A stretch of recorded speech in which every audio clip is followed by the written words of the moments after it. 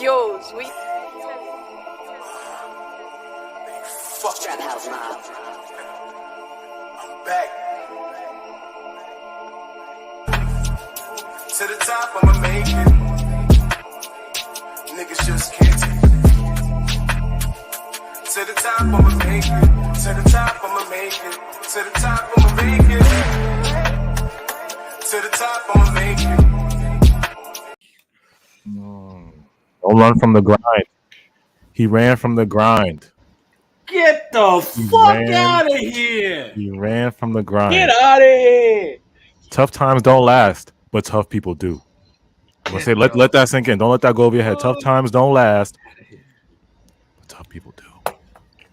Said by the man himself, James Johnson. That fat ass fucking shout out. smoothie drinking fucking honey bun motherfucker can get out of here. Okay. Yeah, fuck James Harden. Man. Excuse my language, but you got kids in the room. Sorry. I had Sorry to for the do bad it. language, but you know how we feel. It's fair warning. Yeah, this is 18. You know what I'm saying? James Harden K, as we say in New York. Yeah. You know what I'm saying, shout out Nest Nation. It's a big night tonight. Make sure we get hopefully let's get 300 likes tonight. 300 likes tonight. We're gonna talk. We have a lot to talk about tonight. A lot of guests gonna come up, talk about the trade. We're gonna break down the game. We're gonna talk about again Harden leaving us, quitting on us. Can we put a disclaimer for some of these like Harden stands that I still Yeah, like? there's gonna be the Harden stands. You know what? No disclaimer. Fuck you might as well just get out, leave. Like, I'm not being gentle to Harden. Like, I don't care if you're a stan or if your feelings are hurt. Like, goodbye. Like, Harden's gone, so I'm done with stans. Right? Like, that's it. Just a fair warning. Yeah. Shout out the chat again. Hit that like button. I'm gonna read some comments. Shout you guys out tonight. Big night. Flame. Oh, Flame. Thank you for the super chat. He says, "Shout out Nest Kingdom. I'm here to claim my CEO Ben Simmons title. I am looking forward to this team. We're gonna be all right." Appreciate the super chat, bro. Yes, thank you, bro. Let's see who's in here. Raheem, what's good? Ariel Gonzalez. Hey, yes. MVP highlights. Official. What's good? People Hernandez. Hey, what's up? Nell B.O. what's up? Isaac, hey Isaac. Stephen, no, we're gonna need you tonight, Isaac. There's gonna be some Harden trolls. All my mods, we're gonna need you tonight. There's gonna be a bunch of trolls. Yeah, I wonder if Real Royal left our Discord. Yeah, so Real Royal's done. He's gonna show up tonight. No, he left before anybody could even say anything. Yeah, for real. The super chat's coming in again early. Pimp name Slipback. Thank you for the super chat. He said, I don't know if y'all read the athletic report, but I assure y'all he would have walked and left us empty-handed. Glad that we made the trade. We are better today. Yeah, we're gonna talk about that. He definitely left us. He definitely quit on us. The super chats are coming in. Wow, Sav Yonko. Oh, wait, why did you start? Sorry, my bad. Yeah, you could. Sav Yonko, he said, shout out to this panel and all of Nest Nation. We made it. Yes, shout out Nest Nation. MJ Zaire was good. Raheem, I'm gonna keep shouting out people in here. My Holy King, Drill.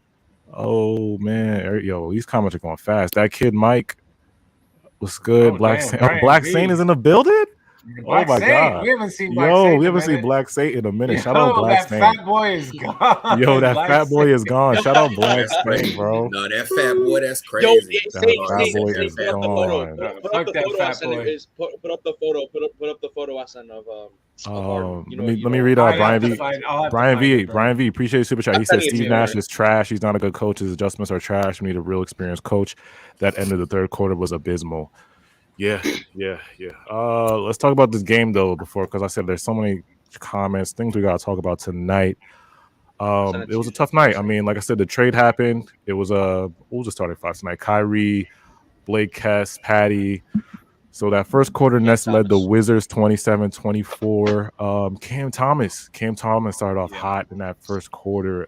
Blake had 6-2. Blake was pretty good in the first quarter. Was cooking, and of course Nash goes away from him once again. Yeah. Halftime.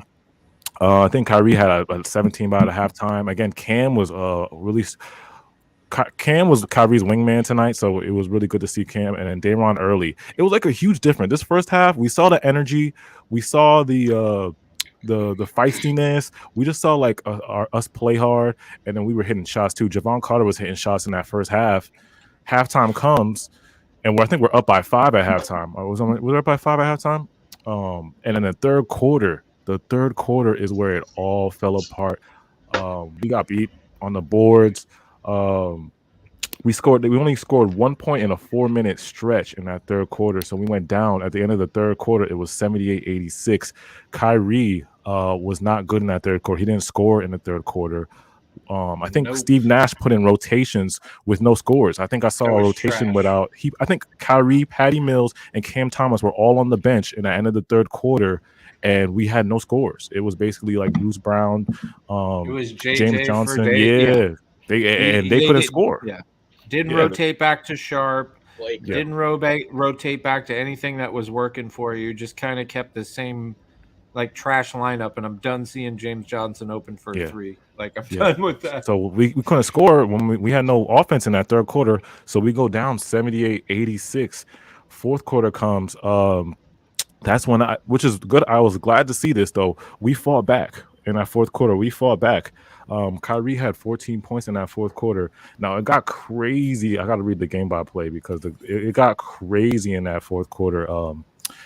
Let me see here. Okay, gameplay, fourth quarter. Okay, so really key moments in this quarter, right? So it was, let's go to the 2-minute mark. Kyrie makes a free throw, 2 of 2. It was 101, 105. Nito made a jump shot, so it was 107, 101. Cam hit the big three at 106. So it was 106, 109. And then it was an and one, right? Yeah, it was an and one. Yeah, it was an and one, 106, 109. And then after that, James Johnson, where was the James Johnson? This was key right here. 42 seconds left, 108, 111, right? James Johnson missed a free throw. He made one, and then he missed the second one, right? Stay with that because that's at 42 seconds. Then KCP had a rebound. Kyle Kuzma missed a shot. Cam Thomas got the rebound, and Kyrie got it. He got to the rim and got fouled, but he missed the and one. He made both free throws. So it was 110, 111. We would have been down by 1. Now, if James Johnson made that one free throw, Kyrie's free throws would have tied the game. So that was a big free throw that was missed. Shout out to Laidback 91. Sorry, he said Kyrie Irving don't win games. We'll take the $5 for that. Yeah, I'm not gonna. So at Wizards full timeout at 7 seconds, and then after that, I think it was after that. That's when the game was ended. I think. We ran a play. I think we were down 3. We were down 3 at 6 seconds. Let's call a timeout. Down 3. We're all expecting Coach Nash to run a play, right? We're like, what is Coach Nash going to run with down 3 at a half-court inbound play? So I don't know. How'd you guys feel about that last inbound play? I guess the goal was to get Kyrie open for 3, but it didn't ended up. Kyrie got like triple teamed, and then bad play choice because you had to know. I mean, dude, you had to know that Kyrie Irving was going to get. He's been getting double and triple teamed the whole game. Yeah. And if you're going to run a play for Kyrie, don't you think they're going to? Like, and unfortunately, Patty was wide open on the other side. You could have gone to Cam. I think they should have drawn up a different play. I mean, I get Kyrie being the guy, but go on. Yeah, go for it, guys. Go for it, Jeff. No, like, we had an extra timeout, too. We had a timeout. Yeah. We had a timeout. So you could have easily called time and reset the whole thing. Whole thing. And it plays to our advantage. Now we can get but the thing is, that's what a good coach would do. So we're not in that situation. Nash got exposed to that. And when like I said, we expecting bad coaches from Nash. So like, what are we gonna expect? Like that last play was not it. Like I said, Saint did a good day.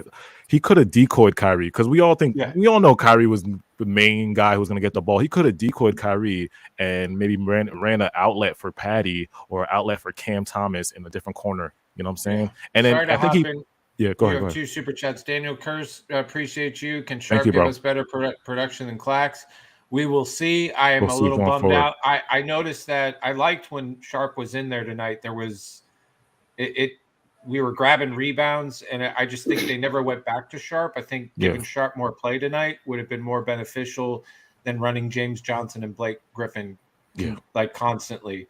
Like Sharp was definitely keeping them off the boards. And down that stretch in the second half, you had nobody keeping them off the boards. They pretty much got whatever they wanted inside. Shout out to Midnight for the $2. Appreciate you, man. Oh, what was I talking about? Oh yeah, the last shot, right? So he could have ran Kyrie as a decoy, and I also saw Blake Griffin in on that last shot. I was like, why don't you just put all shooters in? You don't got to put Blake in. You could have put like Javon in. Is this the real Royal? Is this the real Royal? No, that's not. That's somebody else. Is it somebody else? Because I don't remember seeing that. I hope it's the real. I can't wait to talk about that. Nah, the real Royal went goes, bro. The real Royal's in Sixers land. You He's in remember when he was Sixers land. arguing? You know, when he was arguing with you, he was like, "You don't know what you're talking about." Kyrie said that he gave a vocal confirmation that he was going to stay. Yeah. So real Royal's a quitter, and quite honestly, he quit on us like Harden, bro. He did. He's a quitter. Does Philly have a YouTube like this? I don't know. Philly got a YouTube. I'm going to look for him, bro. I mean, he gonna be in there. He gonna be in the comments. I'm looking for him. Got blocked now. He probably gonna find him. Where did Rage go? Oh man. So like I said, that shot at the end, it was just like I said, Kyrie. And I gotta give credit to the Wizards. Although Kyrie wasn't good in the second half, what they did in that second half, they adjusted and they put a bigger defender on Kyrie. They put what's his name? Denny Advia. He gave him plus the bigger size on Kyrie, and then the double team, though that really affected Kyrie in that third quarter. They switched up the defense. Like they really started. Yeah. Like they ran a new thing on it. And what's crazy is like Kyrie still had 31, but it didn't really like they said he only had like 2 or 3 field goals in the second half. He was 9 of like 30. He was 9 of 30, something crazy. It was like 9 of 20. Yeah, no. It was 9 of 21 or 22. 22, yeah, 9 22.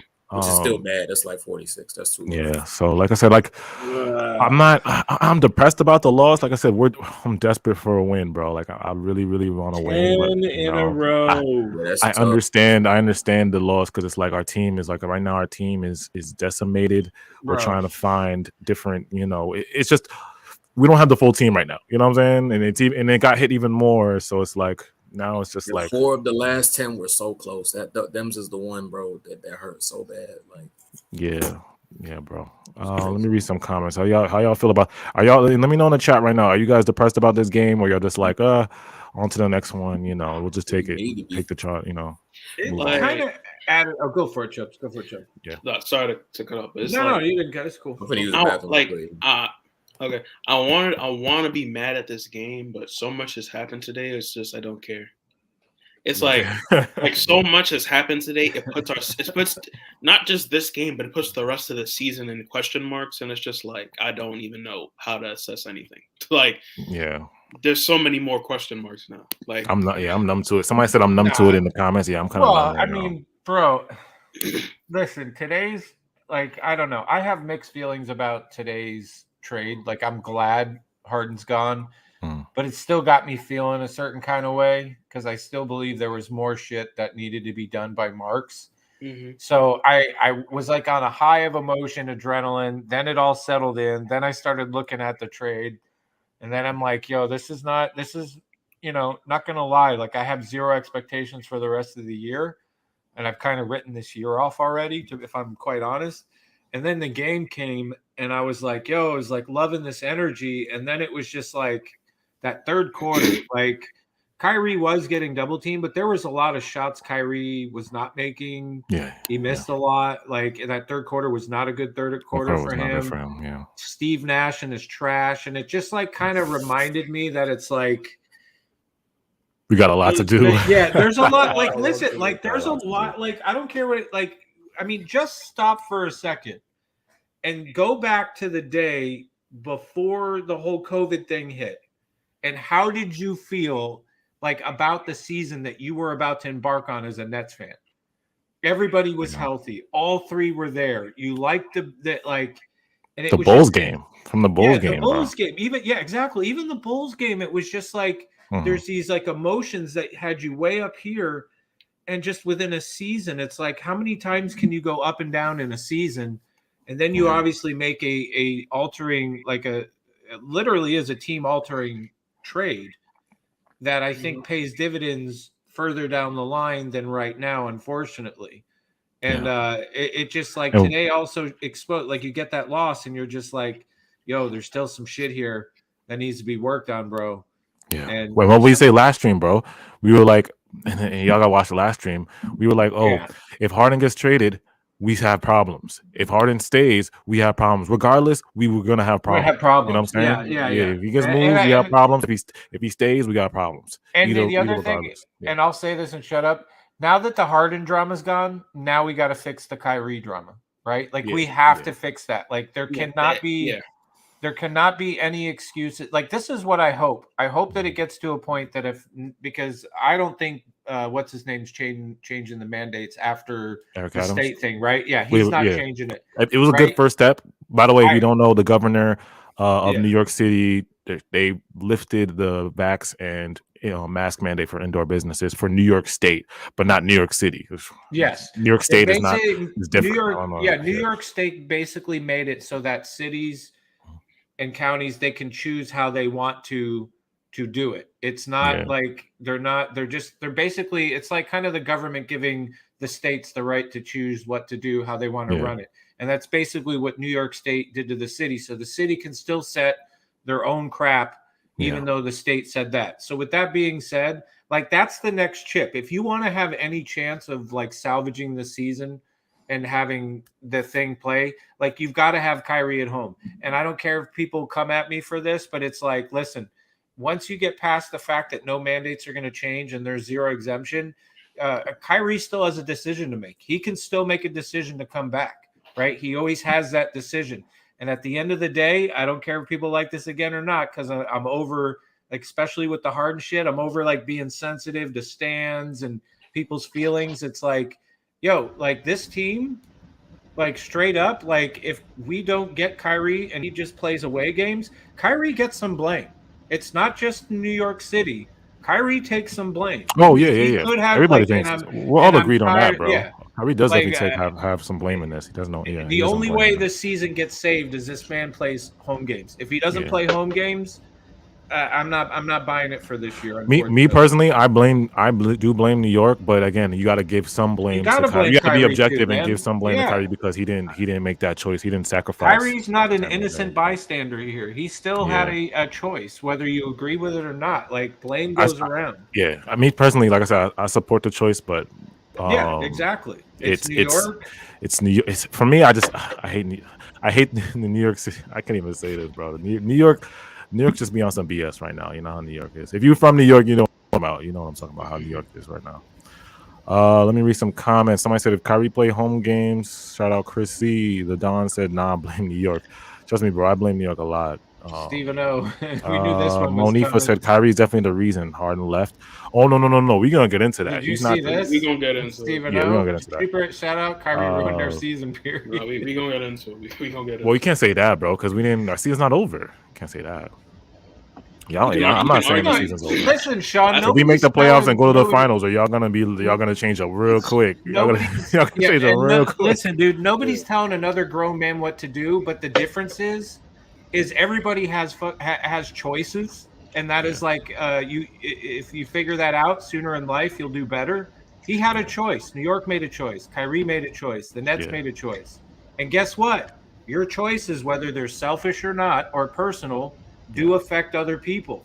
If you haven't figured that out in life, like good luck. Unfortunately, your decisions come with consequences to other people, and we can't sit up here and be like Kyrie's choice is like, for some reason, his choice is void of any judgment or like come on, bro. Like that's disingenuous, dude. No, go ahead, Chubbs. I'm just gonna tell Saint. Can you share that Sean Marks' statement? It's on Twitter. I retweeted it. Actually, go to Alex Schiffer's Twitter. Go to Alex Schiffer's Twitter or my retweets because I retweeted it so we can read what Sean Marks said about the trade. Go ahead, Chubbs. All you Kyrie stands need to relax, but go on. Don't even try to bother responding to any stand that tries to defend their player, because at this point, trying to debate stupidity it's pointless at this point. They're not going to try and listen. They're only going to reply to respond, and they don't even see the severity of how stupid the situation is. They only look just to defend their player. That's the end of the day. Y'all can twist my words any way you want it. You know it's true. Y'all blindly like to screw it. We're way past the point. Y'all blindly like to dick ride these players and just avoid them with any form of accountability, which is just stupid. These are grown-ass men, and y'all are treating them like teenagers that just made mistakes. It's like, it's everybody else's fault but them. No. Kyrie Irving, he has a choice now. He has a choice now. People acting like he couldn't change his mind. People like acting he couldn't get vaccinated and become a player full time. Like he has that option. Like, he has that opportunity, man. There's factual problems that at this point don't even need to be like explained every single time. You know, like, you guys know what the problems are. If we respond to them every single time, it's like this is factual shit. like it does affect us. Okay, there we go. So let me read what Sean Mark said. We are thrilled to welcome Ben, Seth, Andre, and their family in Oakland. Ben is an all-NBA and all-defensive player with elite playmaking abilities, while Seth has proven to constantly be one of the league's best three-point shooters, and Andre has been one of the league's top rebounders for the last decade. Together, the three will enhance our core by providing versatility and depth on both ends of the floor. And then he says here, this is where you guys got to listen in, because we're going to read Sean Mark's point of view of Harden. Then we're going to get Jay. I think Jay was going to come out later. He's going to tell more behind the story about Harden leaving. And then Athletic put out a report about Harden, the real reason why Harden left. Now, the shout out to Elijah Hall real quick. He's, I don't know about you guys, but Mark's going to – we'll get into the grading later, but shout out to you, Elijah Hall. Thank you, Elijah. Thank you, Elijah Hall, bro. Thank you so much. He said, okay, so Sean Mark said the decision to trade James was a difficult one. However, recent discussions with him and his representatives, we felt that this move would be the best for all involved, as it is better positions us to achieve our goals this season and in the years ahead. We appreciate everything that James has done for our organization and off the court, and wish him, Paul, and DeAndre the best moving forward. So it seems like Sean's being very PR about this, very, very PR, basically just saying that James came to him not came to him formally, but after discussing with James, he decided to trade him. But the real kind of way that James did it was he kind of back-ended. Like I said, like I told y'all before, he did this in Houston. And I went crazy on Harden. Go back to that stream. The stream that says James Harden is done with the burning house. Y'all saw how I read the tea leaves. I broke it down. Every reason why Harden left and why he quit on this team. Y'all call me crazy. Y'all call me, you don't know anything. It's what they say. It was just the media. It's not. All of the heart. The bullshit. Like y'all gotta understand. Like, you could see it. You know what I'm saying? I watch every game. I could tell energy. You can tell the energy. You can tell body language. You can tell. It's like clues. You know what I'm saying? And breadcrumbs. You can just tell the breadcrumbs. So, like I said, Harden forced his way out. The Kyrie thing was a part. Not gonna hold you. The Kyrie thing was a part. But at the end of the day, Harden's a quitter. He's a quitter. You know what I'm saying? He doesn't. He thought he was going to come here. Now we're saying that, dude. Blake just gave an interview and he said the same thing. He says, "I'm just excited." He's like, "We got guys we wanted, guys that want to be here, and guys that want to play." Exactly. So, that's shots fired from all the players. He thought he could. Was a punk. Dude. He thought he can come here and win a ring without putting in the work. You know what I'm saying? Everything you got to put in work. You know what I'm saying? You got to put in work to get your ring. Every championship ring, you got to put in work. And Harden thought he was going to come here and get a quick ring, and he didn't get that the first season. Bro, you still had a good chance. You just had to help us thug it out for like 1 month, bro. Not even like two more weeks and KD's back. Two more weeks and KD's back. Shout out to Maya. What she said?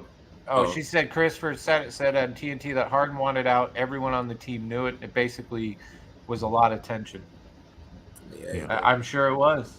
What was I going to say? Had to keep us in top 6, bro, until KD got back, and then we're naturally gonna rise again. Like that's all you had to do. 2 more weeks, like I said, 2 more weeks, and KD, we're asking you, Harden. This is all we're asking you to do, Harden, was to play basketball for 2 more weeks. 2 more weeks. Play hard. Give us all you got for 2 more weeks.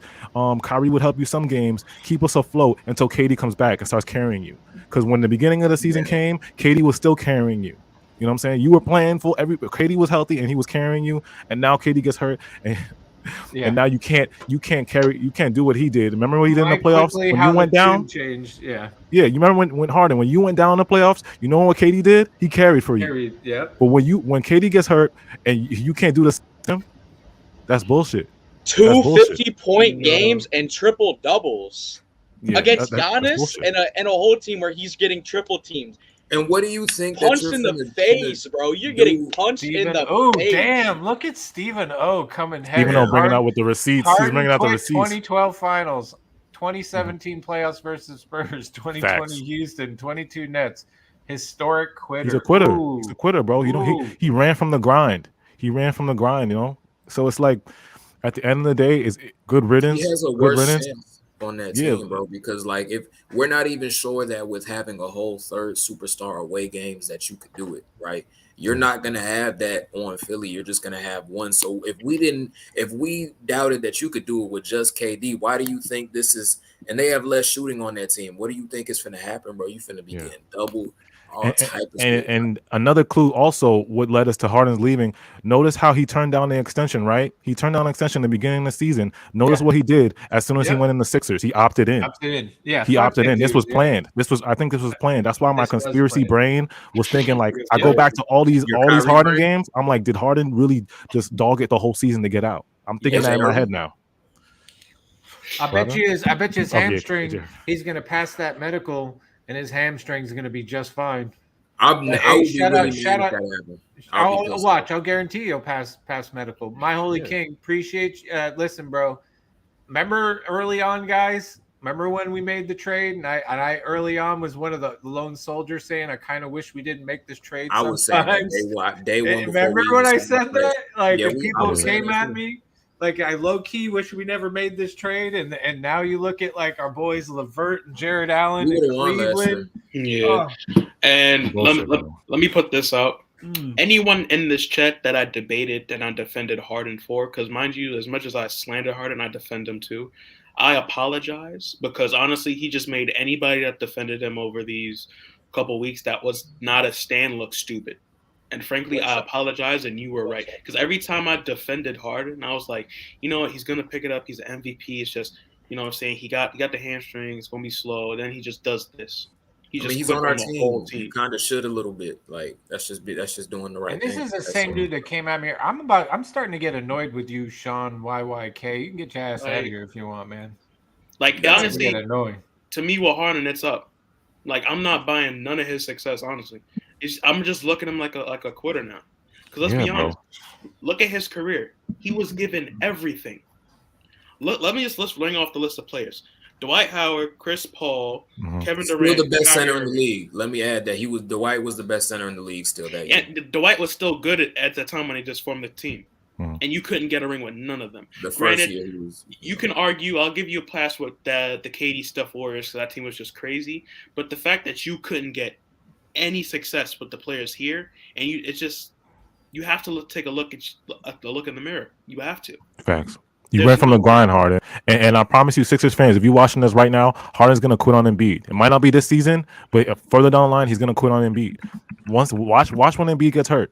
Watch when they clash on the court and personalities clash. They're gonna clash. You know they're gonna clash, and you know Embiid might get hurt and be out a couple games. Watch what Harden does. You know what I'm saying? He's gonna have to put in work either way. You know what I'm saying? So it's now you'll see. That's your problem now, 6 years later. That's your problem. Don't see why he think that's going to be different. Like, if you aren't confident in it, why do you think that you're going to win on that team? Like, I don't get that. Like, he quit on his own best friend, Russell Westbrook. So how you think he's not going to quit on Embiid? Stop it, Sixers fans. Put it on both of the people he came up with, bro. He came up with KD and Russ. That's crazy. He quit on KD, the best player in the league, the best player in the world. So how you think he's not going to quit on Embiid? So stop it, Sixers fans. Stop it. Hey, shout out to Game Time Rockets. We're probably going to talk about this later. In order for that to happen, there's a whole lot of things that got to go right. I do believe having Harden out, as much as I like Ben, I do think trading Harden does slowly drop us back in that realm a little bit. But we'll get into that later. Shout out Daquan. He said Harden's gonna want to go to the Bucks next. Facts. That's what we do, bro. He's gonna get hurt. He's gonna try to go to. He's gonna force his way out of Maury's team and try to go to the Bucks. And then be like, I wanted to be with Giannis the whole time. That's crazy. He really opted in. Like, he opted. I'm telling you, bro. He opted in. I didn't even know that. Yeah, he opted in, bro. He opted in. As soon as he left, he opted in. So I'm not gonna be surprised if his hammy is automatically healed. You heard Charles Barkley joking. He's like, anybody that comes in here and tries to defend Harden from how he got out of to the Houston to here and then now to the 76ers, like, if you just come in here and defend him for that pretty much, like, there's a word for that. Like, there's no excuse. There is a word. We understand. We're all frustrated with what's happening. The Kyrie situation, injuries, guys on this team that are not the best fit off the rip. But bro, you're one of the leaders on this team, or you were one of the leaders on this team. Yeah.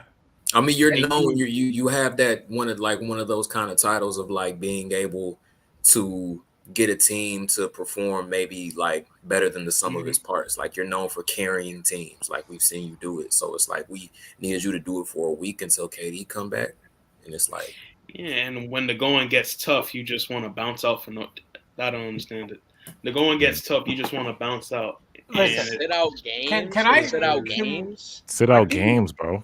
I think we should at some point stop even talking about this dude because I got on Spaces before. Yeah, I was we're about gonna to get start off. talking We're gonna about get off. him. We're gonna get off the And I'm like, thing. fuck. I'm like, why am I just gotta wasting talk my about shit time real on this? Oh, but real quick, Adam's free from Locked On Nets, and I'm pretty sure Lev is. So if you want me to start bringing some people up, I can. All right, we're gonna talk about the Ben Simmons. We're gonna all give our Ben Simmons take and the trade take, and then we'll start getting those guys in here. Can I say one more thing on James Harden real quick? Yeah, Yeah, sure. go I'll ahead. let him know. So at least now we don't have to deal with any more of. As AJ said, that's your problem now, Philly. That's your problem. That's your problem now, Philly. I promise he's gonna quit on Embiid, Philly. He's gonna quit on Embiid too. He would complain when he would mess up on a defensive rotation. He would complain when he was getting bodied, and James Johnson goes to help and goes for a swipe. Yeah, that's crazy. Make sure y'all vote on that poll too. I just put up the poll up. Did James Harden quit on the Nets? Let me know on that poll. Make sure you guys vote on that poll. Make sure you guys hit that like button. And then we're going into today's trade. Big trade. If you guys, before we talk on the trade, can I just laugh at Harden for one more thing? Harden's failed attempt at his with Adidas, right? Like this is when I completely was like, Harden, you can get the fuck out. Like I'm done with you, right? So Harden and Adidas have been pushing this thing like about new shoes, like all kinds of like promotion that's supposed to drop like February 13th, right? And he's dropping all these commercials talking about how important number 13 is, but yet now he's going to Philly and number 13's retired. And what showed me was like bitch shit was like this dude just shows you where he's head out, and he doesn't give a shit about anybody but himself. Is the day that all the trade rumors were talking about yesterday, all day Adidas was dropping these, you can tell, were planned like tweets and advertisement. And who shows up on the bench at the home game, game, in full head-to-toe Adidas, wearing shoes that are not out yet. Meanwhile, they're pushing the shit on Twitter. That just shows you like how whack this dude is, like how selfish he is. And you notice nobody on that bench really talked to him except Claxton, Javon Carter, which is not shocking, right? Mm-hmm. Yeah, but it was like, but no, the Adidas jacket was old, but his shoes were not. His shoes were dropping. Yeah, he promoted his Adidas campaign. The Adidas campaign, he promoted his shoes on the bench. That's the only reason he was on the bench, because he wanted to promo it. You know, and if you were watching Twitter all day, they were promoting. They've been dropping videos. There's been those giant photos that have been projected on buildings in New York. So it was like, it was pretty obvious. And when he did that in the midst of knowing that like he wanted out, it was like that's pretty sad. Like that just pretty much tells you like, dude only gives a shit about himself. So like when I saw that, like you can get the fuck out. Like I'm done with you, dude. Yeah, like I said, like and on Harden, I'm done talking about Harden. Like I said, if you want to go watch 5 days ago, I broke it all down. So go watch that stream on James Harden, because we're not going to talk about James Harden going forward. You know what I'm saying? We're not going to talk about. It's going to be about the Nets content, and this Nets team. We're not going to talk about James Harden most likely after this stream. You know what I'm saying? Now, if you guys know, Woj broke the news at 1:00. Said the Brooklyn Nets were traded Harden to us. Well, Brooklyn Nets are trading James Harden to Philadelphia. My fault. Philadelphia for Ben Simmons, Seth Curry, Andre Drummond, and 2 first-round picks. How you guys feel about that? We kept the 2 first-round picks, and we gave them Harden and Paul Millsap. Millsap. I mean, we finally got rid a month later. A month later, Paul Millsap leaves. Like what? I like how we do it just a month now, but like my whole thought on it is like, you got Simmons. I mean, you got a great distributor. Obviously, you upgrade a lot on defense. Now, I mentioned this earlier. I said, KD finally doesn't have to guard the best player on the court now.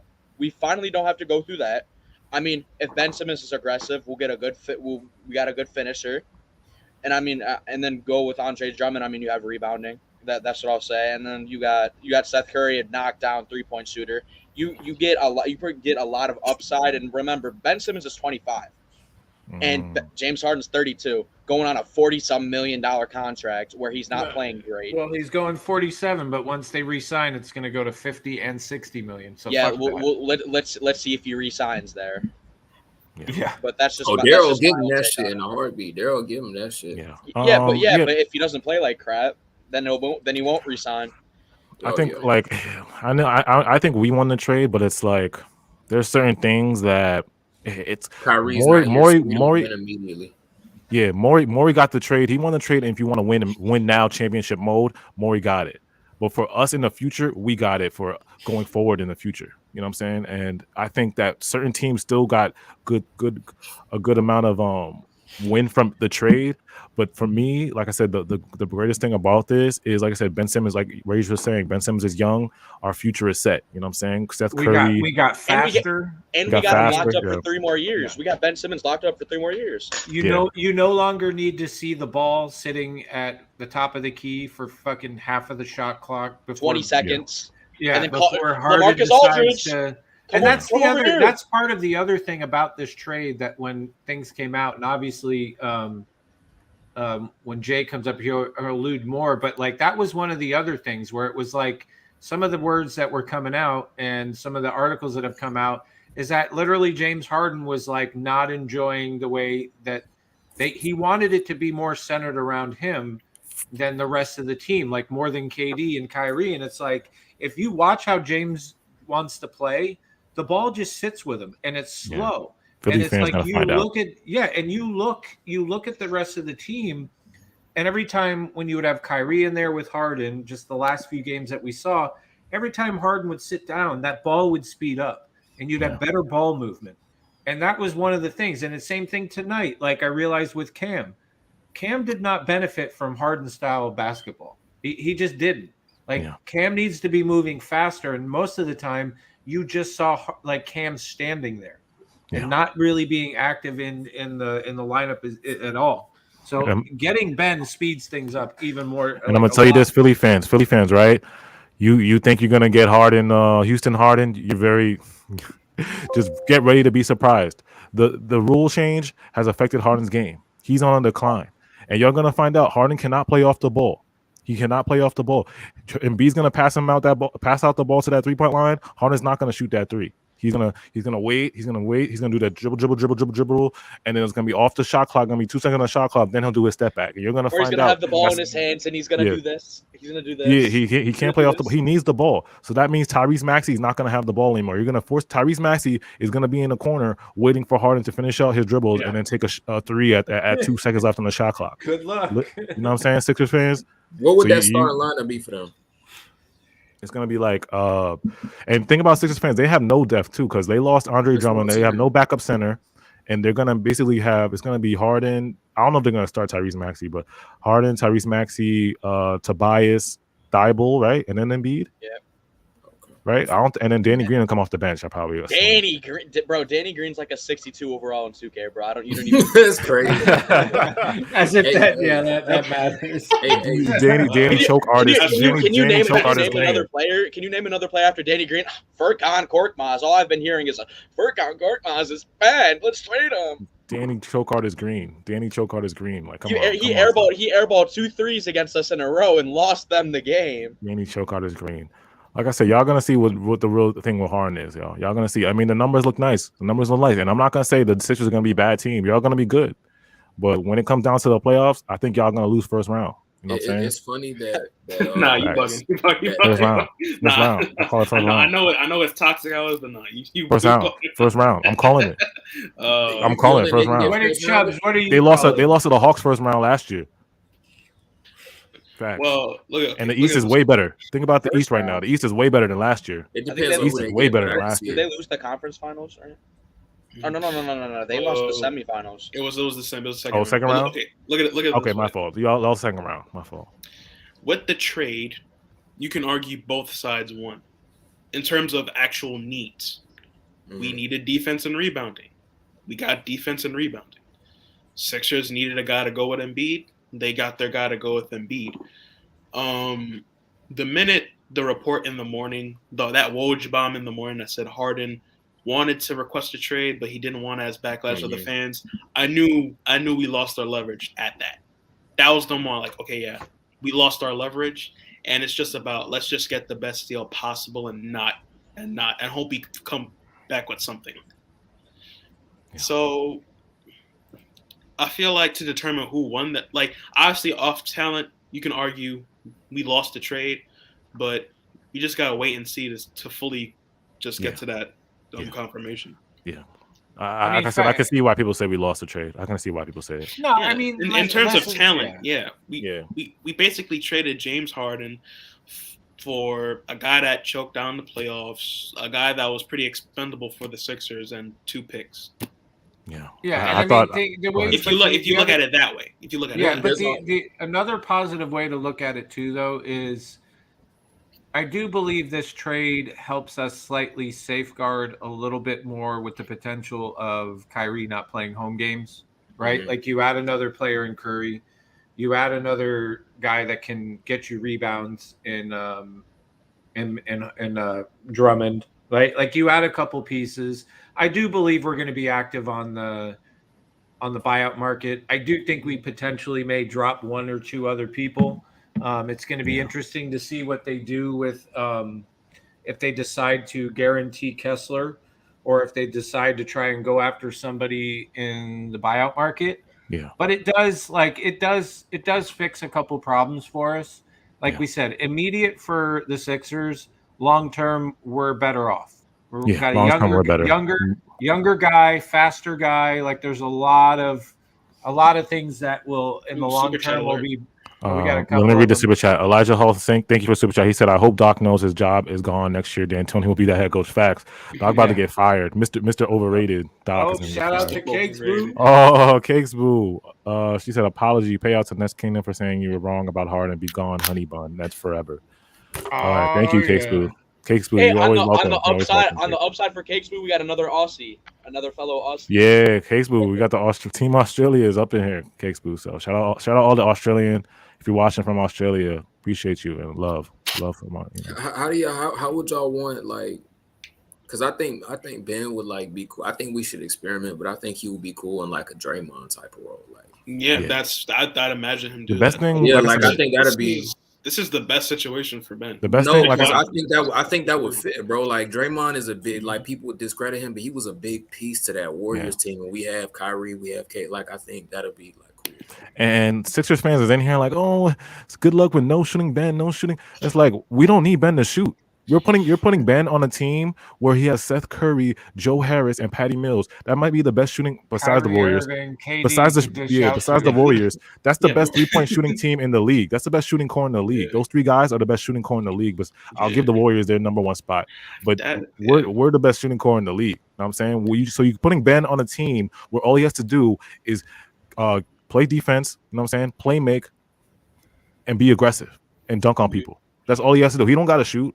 He got scorers all around him. He's 6'11". He don't got to shoot. Is gonna be crazy. And he has a whole ass Kevin Durant. We're not even mentioning that. There's a whole Kevin Durant next to Ben Simmons. I hope that he responds like the way that we think he's going to. Like I hope he because we're saying that you don't even got to do all that. You could just let them do. But I hope that he feels the same way. He doesn't want to be a primary role or something like that.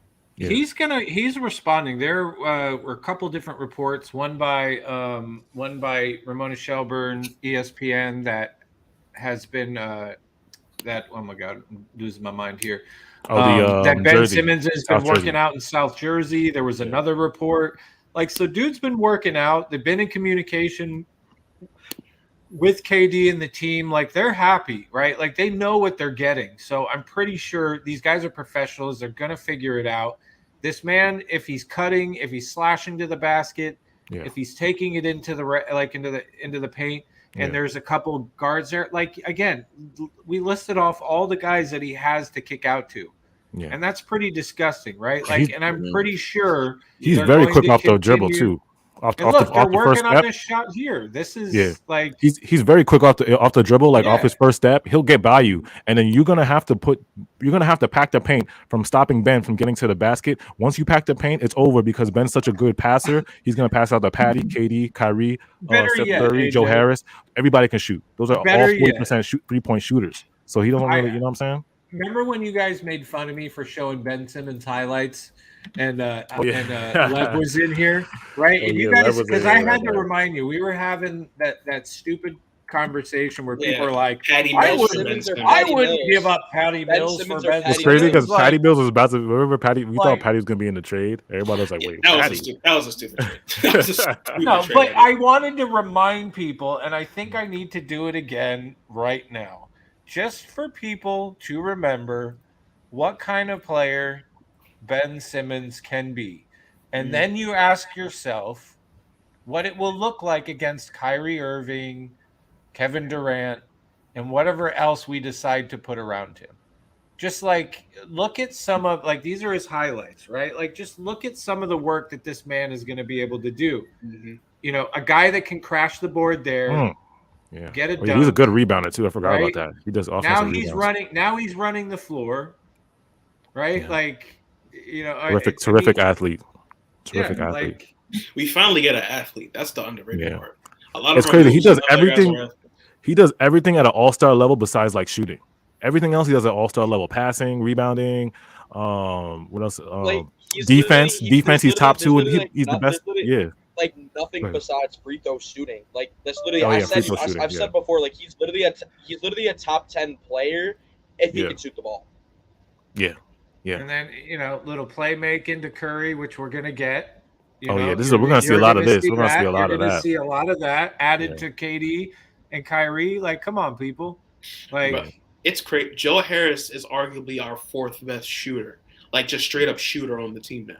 Like arguably, because now you got Patty, Seth, KD. Those are just top 3 shooters alone. Not even mentioning Joe Harris, and you got Kyrie there. like, look at that passing, bro. Come Yeah, on, he's a dude. great Like, passer, bro. People really so underestimate there's his passing, something. bro. There is some things to be excited about, right? Like, I get Ooh, it, right? that's Like, gonna be people KD. get frustrated, but at the same time, it's like, yo, you're gonna add this to what we already have, and it's like, how can it not? Don't play the whole thing though. You're gonna get me copyrighted. No, there's no Don't play copyright. the whole thing. I'm gonna get copyrighted. talking YouTube about to be like, hey, NBA, Yeah. I'm like, the But NBA. you get what I'm saying though. Like, it's there, right? And there's Yeah. more highlights in that from last year that are crazy. So it's like it's gonna be. It's not a bad thing. Unfortunately, it's gonna take a little bit for this man to get warmed up, get into the setup. It will, and it just the only thing that where I would like people to be realistic about the rest of the season is we have 29 games left. We still have to basically wait till everybody's back, probably after the All-Star break, for everybody to be healthy. You're going to have to wait for Ben Simmons to get ramped up. You still have to figure out if Kyrie is going to play home games. You still have a ton of other crap to deal with as far as like Nash. Again, now we're back to like more experimenting with rotations and what works, right? Like you don't know what's going to happen in the buyout market. So there's a lot of things that still unfortunately need to be answered. And that's why I kind of like there's a lot to be excited about. But in order for us to be the champs this year, a lot of shit has to go right first to even get to that part, because other teams are just solidified their rosters and they've been playing really good games. One of the positives is we're only like 5.5, 6 games out of first. That's not like the end of the world, like end all be all. Yeah. You say that, but it's like No, I'm saying a lot has to go right though. But A here's lot the has thing. to go I don't right. care what seed we Yeah, are. a lot No team has want to to see go us in the right. playoffs, bro. I don't care if it's a A play-in. lot. I don't care if it's AC. No team want to see us in the playoffs, bro. I No think one's- we're no one making wants the to see us in the playoffs. playoffs, but it's going to be very interesting to see how those playoffs go, because a lot has to go Yeah. right. And the biggest one is Kyrie Irving. Kyrie Irving has to play the whole home and games. away. If he doesn't, it is going to be very difficult for us to beat the Eastern area and then go play. No, Yeah, it's then- not gonna be easy, dude. Quick interjection. Christian Rinfield tweeted, Patty Mills says he's been speaking to Ben Simmons regularly and that Ben has been staying in shape and getting game ready. Nice. Quote, he's in really good shape. He's getting a really good place right now. You get a really hungry person who's looking forward to playing basketball again. Patty was tampering. Patty was tampering. He wasn't tampering. He was Hey, I'm tampering. sending invites. Yeah, bring Adam up here. Bring Adam. Yeah, Get I Adam just up. said Make it. sure you guys hit that We'll like get button. Adam Get us to 300 likes tonight. It's a big night. You know what I'm saying? Big trade. New beginning. You know what I'm saying? New beginning. Oh yeah! Welcome to the madness. Oh yeah. Here, let's give him full. Let's give him yeah. solo layout. Adam from Locked On Nets. If you Locked On Nets is in the building. Make sure y'all subscribe to Locked On Nets. Pleasure to welcome Adam. I was on Adam's stream earlier. I was doing spaces and in Adam's setup all at the same time. And we needed to return the favor to get him up here in the madnesses that is known as Nets Kingdom. Welcome, Adam. Oh, what's good, fellas? Yeah, we don't need to go put me up, big screen here. It's getting late at night. We'll just do that the whole time. Adam's ready to go to bed. Yeah, Adam's like, one of those days. days. No, it was good though, man. I mean, not the way the little cherry on top would have been getting a nice little win there, right? That would have been the way to just kind of cap off a heck of a day. Yeah. Yeah. Let me read the super chat. Mikey, thank you for the super chat. He said, that bum cost us a ring last year. Quit just to quit on us. Imagine if we had LeVert and Allen instead of this bow-legged bum. Shout out, Mikey. Thank you for the super chat. Adam, you can let it fly on this show. I know you guys are a little more professional on Locked On Nets, but the takes over here it are was spicy, toxic tonight. It's toxic tonight. and you can let it fly tonight. You say rational, You can say whatever you want to do. You can say whatever you want to Let's say. get him. Yeah, Well, I'll tell you, man, I was, so we record right after the, post game. So Doug and I, again, just wrap that up and it's processing for YouTube now. But then I circle back to Twitter and see what's going on. What are people saying? You start to see these quotes from Blake and from Kyrie, and Kyrie certainly was more diplomatic around his commentary with Harden. He's like, I want everyone to be happy. I want everybody to be cool. But a guy like Blake, who's like this locker room dude, right? He's the pulse of the role players and everybody else. He was like, yeah, we're good. Ben wasn't happy there. Can't wait to get him here. We want people here who want to be playing. Like, it seems like there's something a little bit, as far as how Harden interacted in the locker room. I'm not a big trash a guy on the way out the door kind of vibes, but it does feel like he had run kind of sour even with guys in the locker room, and it's hard to come back from that stuff. Even when James Johnson said last game, I think it was last game, he was like, tough times don't last, but tough people do. I think that was a straight shot at Harden. Shot at Harden. I don't know where. I said this somewhere, maybe. I don't know. I said it on the podcast for sure. But when you look back and think that Kevin Durant, Kyrie goes down last year, Harden goes down last year, he tries to drag this team to a championship. He played 45 plus minutes this season when he was there. Yep. There's a split, right? Apex predator mentality versus the way you approach it when things aren't going great, when you feel like you're in this lull.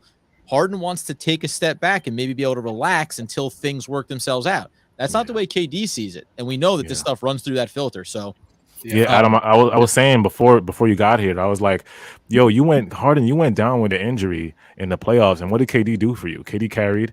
You know what I'm saying? He didn't get us all the way, unfortunately, in Game 7, but he still carried the team. And you were on the court with one leg. KD was helping you out. But as soon as KD goes down, right? KD goes down with the MCL, you want to hit the door. You know what I'm saying? Like, what kind of shit is that? What kind of friend are you? You know what I'm saying? What kind of friend are you for that? And listen to, well, you know what? And Doug and I talk about this a lot, man. All these guys talk about their relationships in the NBA. It's not like you and your friends. That's not the relationship. There's basketball. And what Kevin Durant wants to accomplish in basketball. You're my friend in the vein of me winning basketball. But as soon as you divide from what my goal is and the way that I approach it, you're done. We're not boys. Like I'm not going to tolerate some version of you because we're buddies and we get together the next day for a beer. Like no. I want guys that want to be here and win. And listen, getting Ben in the door here will be interesting. But by all accounts too, it's like. Seems like Ben back channeled the comments to KD that was like, yeah, I'm ready. I just don't want to do it here. And you can take that for whatever it's worth, but the more guys you get on the same mentality is the better group you get together. And that extends to Patty Mills, to James Johnson, to Blake Griffin, like even the role dudes. Like everybody's got to be pulling in that same direction, and the direction is wherever Kevin Durant wants you to go. Yeah. So you were going to say something or? No, You know, I mean, oh. listen, and he said, I mean, you kind of make the great point. Unfortunately, these guys are going to be probably in front of the cameras to the reporters. They're going to put off this vibe like everything's okay, but I'm pretty sure behind the scene, everybody's going like this to Harden. Yeah. Like, and you said it perfect with Blake, because I've noticed that's now the second or third time that I've seen a player say, we're just glad, like, we just want people that want to be here. And they seem to be making that same point like over and over and over again. And it's like the other article I read where it's just, we said it before, is just talking about the frustration that clearly had been there since the beginning of February. Right. And that, like, you could tell the energy, and it's like yesterday's game, perfect example. You know, you could tell the energy in comparison to tonight. Even though it didn't result in a win. I mean, it's just, you can't get away from it. I'm glad the guy's gone, quite honestly, right? Like, at the end of the day, you don't want to be here. And you could tell during the All-Star voting, Katie, there was some like Katie looked upset. You know what I'm saying? When they were picking out Harden, and then like LeBron and Charles Barkley were like laughing, Kiki Kian. Katie was like, no. I'll take Rudy. I'll take Rudy Gobert. I'll take. He looked hurt. These guys too, man. Like, you know, I take you at your word. If you think about like whatever we know about Kevin Durant's personality, he doesn't mince words. Post-game interviews, right? When he gets asked a question, they make that joke now about how are you in your recovery. There's going back to last year and this year. He gave one-word answers. Gave it to Ernie Johnson tonight. He was, where are you in your recovery? Can you tell us how far along you are? No. Like, he's a straightforward guy. So if you're having these conversations with Harden, pre-trade, pre-coming, if Kevin Durant has conversations with you, he's taking you at your word. There you go. Yeah, like, LeBron's hiding himself on a clipboard. LeBron was laughing, but Katie wasn't laughing. Yeah, and if you did not see, like, if you're in chat and you did not, I do yourself a favor and go on YouTube and watch when LeBron and KD were choosing players and they got to this point. Yeah. And the anchors on TNT were like listening to KD. KD's like, yeah, I think I'm going to need some size to deal with Giannis and LeBron, and the anchors on TNT are like, yeah, that's great. Before they set that up. Ernie set it up. Ernie set it up so that he didn't even have to, like, he was like, don't you need some size, Katie? He was like, you need some size. Let me help you out, Katie. Don't you need some size? But that was funny, bro. And he said in defense. Katie wasn't laughing though. He was serious. That was gold. One thing I'll say too, man, like Katie, like, he cracked a couple smiles on there in that process. Like, again, like, Katie's not going to make a joke out of it. Like, he's not going to sit there and mock Harden. You know what I mean? Like, he's going to avoid that stuff publicly. LeBron's going to hold up the things so you can't see that he's laughing about it. Like, feels mocking. But yeah, Adam, we're going to talk about the Ben Simmons trade. But earlier we were talking about who won the trade. Who do you think won the trade out of the Philly and Brooklyn trade between the both teams? Yeah, I mean, I was in the spaces earlier. I know, like, a lot of fans between the Bembry fallout, you call it from that, or what they should have gone for, or what Sean Marks should have done after the trade should have got done sooner. You're at a point where I think if you didn't have the circumstances and this trade occurred, the Nets lost the trade. Like, if it wasn't everything that surrounds it, you lost the trade, because James Harden is still James Harden. And we can talk about where the state of his game was or whatever. I'm not going to be shocked if he looks like he did last year for Brooklyn, where he was putting up franchise records and carrying the team for stretches. I think he still has that form in him. But because of all the circumstances that were going on here, there was no path forward here.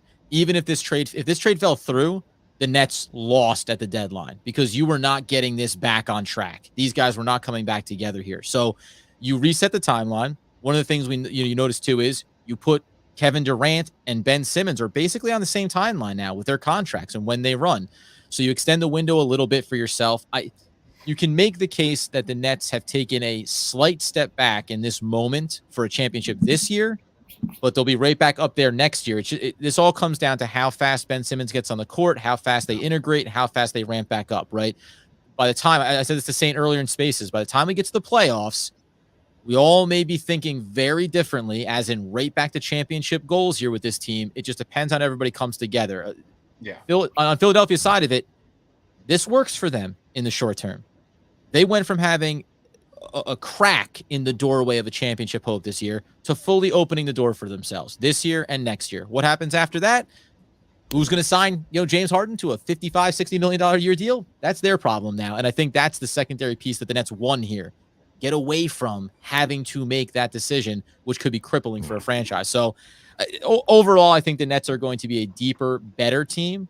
They're going to be a significantly different looking team, obviously. I saw some fast break stuff getting thrown up there. It's going to shift here. This was not the intention for the Brooklyn Nets here, right? This was not the plan for them to do this. So I think it ultimately works out for both sides. I know that's walking the thin line. Adam. but I think it does though, right? Adam Freeze? Yeah. Oh, No. I mean, Adam Adrian. said it better than I was trying to say. Like your immediate versus long term and how it looks going forward is Adam. This is why I like Adam, because I will try to say what Adam just said, but it won't come out as eloquently.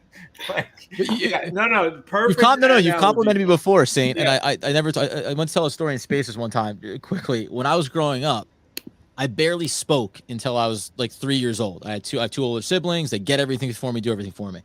And then I finally started talking. So my father's running joke was, until he was 3, I was worried he was never going to talk. And once he started talking, I was worried he would never shut up. And here we are. But the reps are what gets me here to this pretty place. much. And I will say too, because you mentioned this, Saint, going back to the trade and whether or not you really wanted Harden or not. There's that little thing in me as a pure fan of the Nets that goes, man, I love the young guys. I always love Allen. You make the trade 1,000 times out of 1,000. But now, again, at this point, I love the idea of giving Ben Simmons a chance to turn over, to give himself a fresh start. I love having Seth Curry, the low-level value of Drummond in his role, right? Like, I like this turnover for this team because it was clearly going in a very unhealthy direction where I don't know if this big three with their 13-3, 16-game record was ever going to get to that point where they were actually there having a chance to win. Yeah, it's sad that you saw what it was capable of and just couldn't make it happen for whatever reason. Like, that's ultimately, like, if you want to look at this from, like, an outside perspective, it's just sad that you had the opportunity to make one of the most amazing, potent offenses in NBA history. And because somebody couldn't stick it out a little bit longer and they had visions of Philly strip clubs, they had to bounce. Like, I mean, visions of strip. It's going to be the craziest 30 for 30. Shout out to shitty Greg. You're only giving us way too much credit. I did not want Harden. He's out of shape. He's a choker. I want a Dame. We not winning nothing, bro.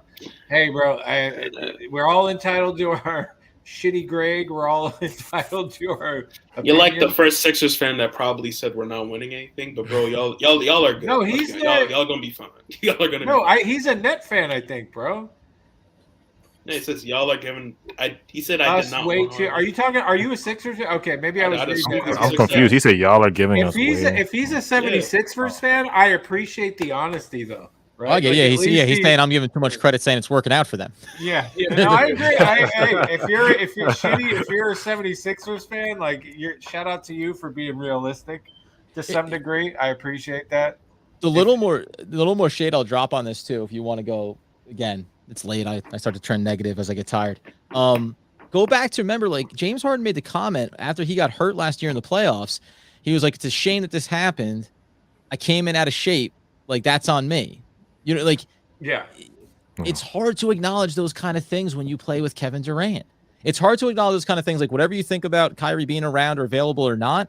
When Kyrie was able to play road games, he stepped on the court and immediately looked like Kyrie Irving. Right? Like nothing missed. That means that he was doing the work away from the game. And James Harden's not that same guy. Again, like it's all these little things. It's easy getting the weeds on it, but all these little tiny things all trickle through this thread. And then when you finally get to this breaking point where it feels weird, why is Harden walking in and saying, like, listen, I think I'm done here. I want to go. Like, no, it's been everything along the way where he hasn't felt like I've been respected or I've been embraced here, or, you're not the top guy. Guess what? It's KD, and then it's still Kyrie for all of his weirdness. The organization's still like, it's KD, and then it's Kyrie, and you're just the guy that was here to be very, very good and help us win a chip. But you're never there. You were never going to be number 2. Yeah. You want to be the man, but trust me, when you go to Philly, you're not going to be the man, bro. You're going to be number 2. Embiid runs that city. Yep. Sorry, Yvonne's probably because somebody said I'm a little hate for it. Yeah, screw Harden. Get out of here. You don't want to be here? Kick rocks. You don't want to be here for part of it? You don't want to be stand by KD and Kyrie and the team and actually rep Brooklyn? Then kick rocks. Like, sorry, Yvonne, but your man is Harden's trash. If people are that butthurt about Harden, maybe they should become 76ers fan. Go ahead, Joel. It's ridiculous. I've been saying that since last year, like, bro, like him coming in like out of shape, and people just like accepted it. It's like you wanted to call out Kyrie for missing 2 weeks, which you should have, but it's like, well, we lost the championship because he didn't come in shape. Most likely, it's like that was such a, because that's probably why he was hurt, right? I didn't even know he said that in the interview. He said that's on me. Yeah, that was going back. I forgot about it. He said, "Yeah." I never knew he said that. I never knew he said that. That's basically him admit, okay, like you lost because of that, man. Shout out to Shitty Greg again. Yeah, he's a Sixers fan. I do not trust Embiid, Tobias, or Harden in the clutch. I'm just saying I don't trust us. Hey, I don't trust them either, bro. You are got to be the most honest, like you're honest Sixers fan. Shout out to you, Greg. Y'all got By the way, shout out to Claudia Smith. Adam is why I followed Locked On Nets podcast. It's either is it because he's smart or what is it? I don't know. Oh, there's Claude Smith. Yeah, man. He's in our chats all the time, man. He's got thoughts. He's got thoughts and thoughts and thoughts. Yeah, Locked On is really good. I'm sorry, Yvonne, but Harden deserves the hate that he's getting right now. Yeah, he deserves it. You wanted to come here. We gutted our team for you. Our future. And then you have last year, I'll give you credit. But then you start things start getting tough, and then it comes to find out that you really wanted to be in 76er land the whole time. And it's dude, like he deserves some of this smoke. It's not like you wanted to be with the poor little Harden. Yeah, I'll argue this move is up there with KD going to Golden State. It's up there. It's up there. It's arguably worse. Why is it worse? Why is it worse? Bro, why? Imagine if KD left mid-season from the Thunder and then went KD gave. Listen, how much did KD give to the Thunder though? They tried. 10 years. So you can't blame the dude. He didn't force a trade though. KD left in free agency. He played his games like a professional, and then he left in a free agency. Like you have a choice in free agency if you want to make your move. No, that's right. Yeah, you're leaving a big three now, right? Like you're leaving a big three though. Like anybody leaving a bad team or a franchise doesn't have enough weapons, all that kind of stuff, right? You're leaving that to go join something. Like James Harden, you're already on it. You're already in it. Like you're already there. Like you've done it. You mission accomplished. Like plant the flag. Like you did that thing, and then you move on from it. The only thing it's not even credit, but I understand the idea of Harden going from OKC to the Houston Rockets to the Brooklyn Nets now to the 76ers. I get the long run of being in Houston, and there's you get two in the weeds on that, and he ran people out of there too. It didn't work out with Dwight Howard. That just didn't work out, right? That didn't work out. But you came close with Chris Paul, and then you've pushed for Westbrook. And once you made that choice, that was an active decision about, I don't think this is going to work with this guy, even though you were right there. And then when you look at Chris Paul and what he's gone on to do, now you start to see there's a drive around some necessity to either be the man or the fatigue factor of, wasting years on a bad franchise, wasting years without key players, making mistakes. By the way, LeBron James just did this in LA this year. Like he pushed for Russell Westbrook. Everybody pushes for Russell Westbrook for some weird reason. Like nobody buys into it. Russell Westbrook is so good on a bad team. That's when he's at his best. But when he has to play a part, it goes out the window. So like stars lose the thread all the time. Harden just has never fully achieved any of those little accolades that puts you in a spot to do it and be forgiven for it and to be able to do it again. No, that's facts on what you said about what you said about Hart. Read it. Sorry, two of them. Knicks fans are shout out the pimp name Slipback. The Knicks fans are talking trash, are just sad. You guys are 8 games under 500, and you gave big contracts to Randall and Fournier. Get lost. And this is my favorite. Nell Bow. We can't listen to nobody named Shitty Greg. Embiid and Harden in the pick and roll. Who gonna stop them? It's funny you say that because Embiid's not a roller. That's what I'm trying to tell people. He don't really roll. You really watch his game. He's just like Element. He's gonna pop before he rolls to the basket. I heard Pert say that. I'm like, Pert, do you watch Embiid? Like, he don't roll like that. He's gonna James Harden's gonna get Embiid hurt with all that. Yeah, that's how Embiid stays healthy. That mid range, popping out to the mid range, getting the floaters. Like that's how he stays healthy. If he was just a roller, like his body would break down. one of the questions that Philly will have to answer to make it work is what's one of the weaknesses in Harden's game? The thing that he just never does, spot up shooting, right? Mm. He can't stand it on the wing and catch and shoot, which is a great byproduct of Joel Embiid down in the low block, right? So if that doesn't come to fruition, and they talked about Maxey, didn't want to give him up, he's so valuable. How does that dynamic change now? And again, it's like it can work and it can be good for them, but there's going to be this adjustment period, and we've seen firsthand in Brooklyn. Harden, it's been a struggle for him in Brooklyn to figure out what that rhythm was supposed to be. What's my role? What am I doing first? What am I secondary? Who am I deferring to, right? When he came in, Kyrie said, you're the point guard, man. You run the show. I'll play off of you because I can. I can create off the dribble. I can sit in the corner. I can catch and shoot. So if that piece doesn't develop quickly for Philadelphia, their growing pains are weird. And then you throw into the fact, again, Tobias Harris has had a better year this year. Just look away from the money. He's had a better year. But is he reliable?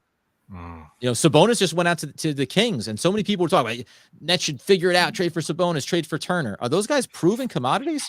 Like, are those guys you rely on, like, when you need them the most? That's the questions that Philadelphia and some of these guys have to answer.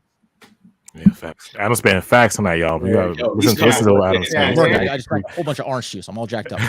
Just to let you know, I added it's now no longer Playboy Claxton. It is now Playboy. We forgot Playboy Simmons in the building. I had to change the picture on here and everything, bro. We also wanted to welcome Leb to the kingdom. Let me shout out Leb, because Leb put you guys know Leb was Playboy Claxton a week or two ago, but Leb was the first one to change. He changed his whole profile to Playboy Simmons. Every time I He look G'd at up his profile to Playboy Simmons, put the cover photo, everything. Simmons. I don't even remember before what this it was. trade even happened. I think it was Jay. I think Jay said something, and he said something that made me go, okay, yeah, he coming.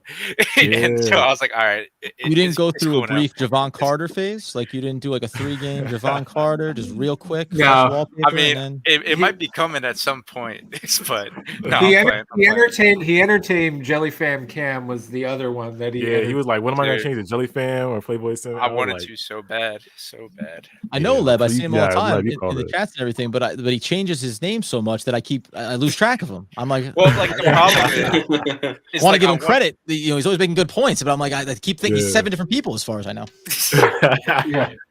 Yeah, but I want to make my at just me, but I don't know. I just can't think of anything for it. Nah, so the Playboy Simmons is fire, bro. That cover photo with Ben's in the car, just like the cover photo be killing. The cover photo be Photoshop a Nets hat onto that. Perfect. Oh, the Nets hat. Yeah, he needs a Nets hat on that. You can Photoshop a Nets hat on that. He might need a Nets hat. I ain't gonna lie. My last question to Adam, and you can answer this too, Leb. Like, what do you guys think our weaknesses going forward from this trade is? I guess you guys watched the game tonight. Like, what do you think we got to address after this trade to make us better? I love it, Saint. I love it. Actually, real quick, just because I haven't got a chance to say it yet. Fuck James Harden. All right, we can continue. Get it out of your system. Yeah, like that. Get it out of your system. Get it out of your system, man. Get it out of your system. It's okay. No, I mean, you bring in Drummond. It's still kind of the same problem at the big spot.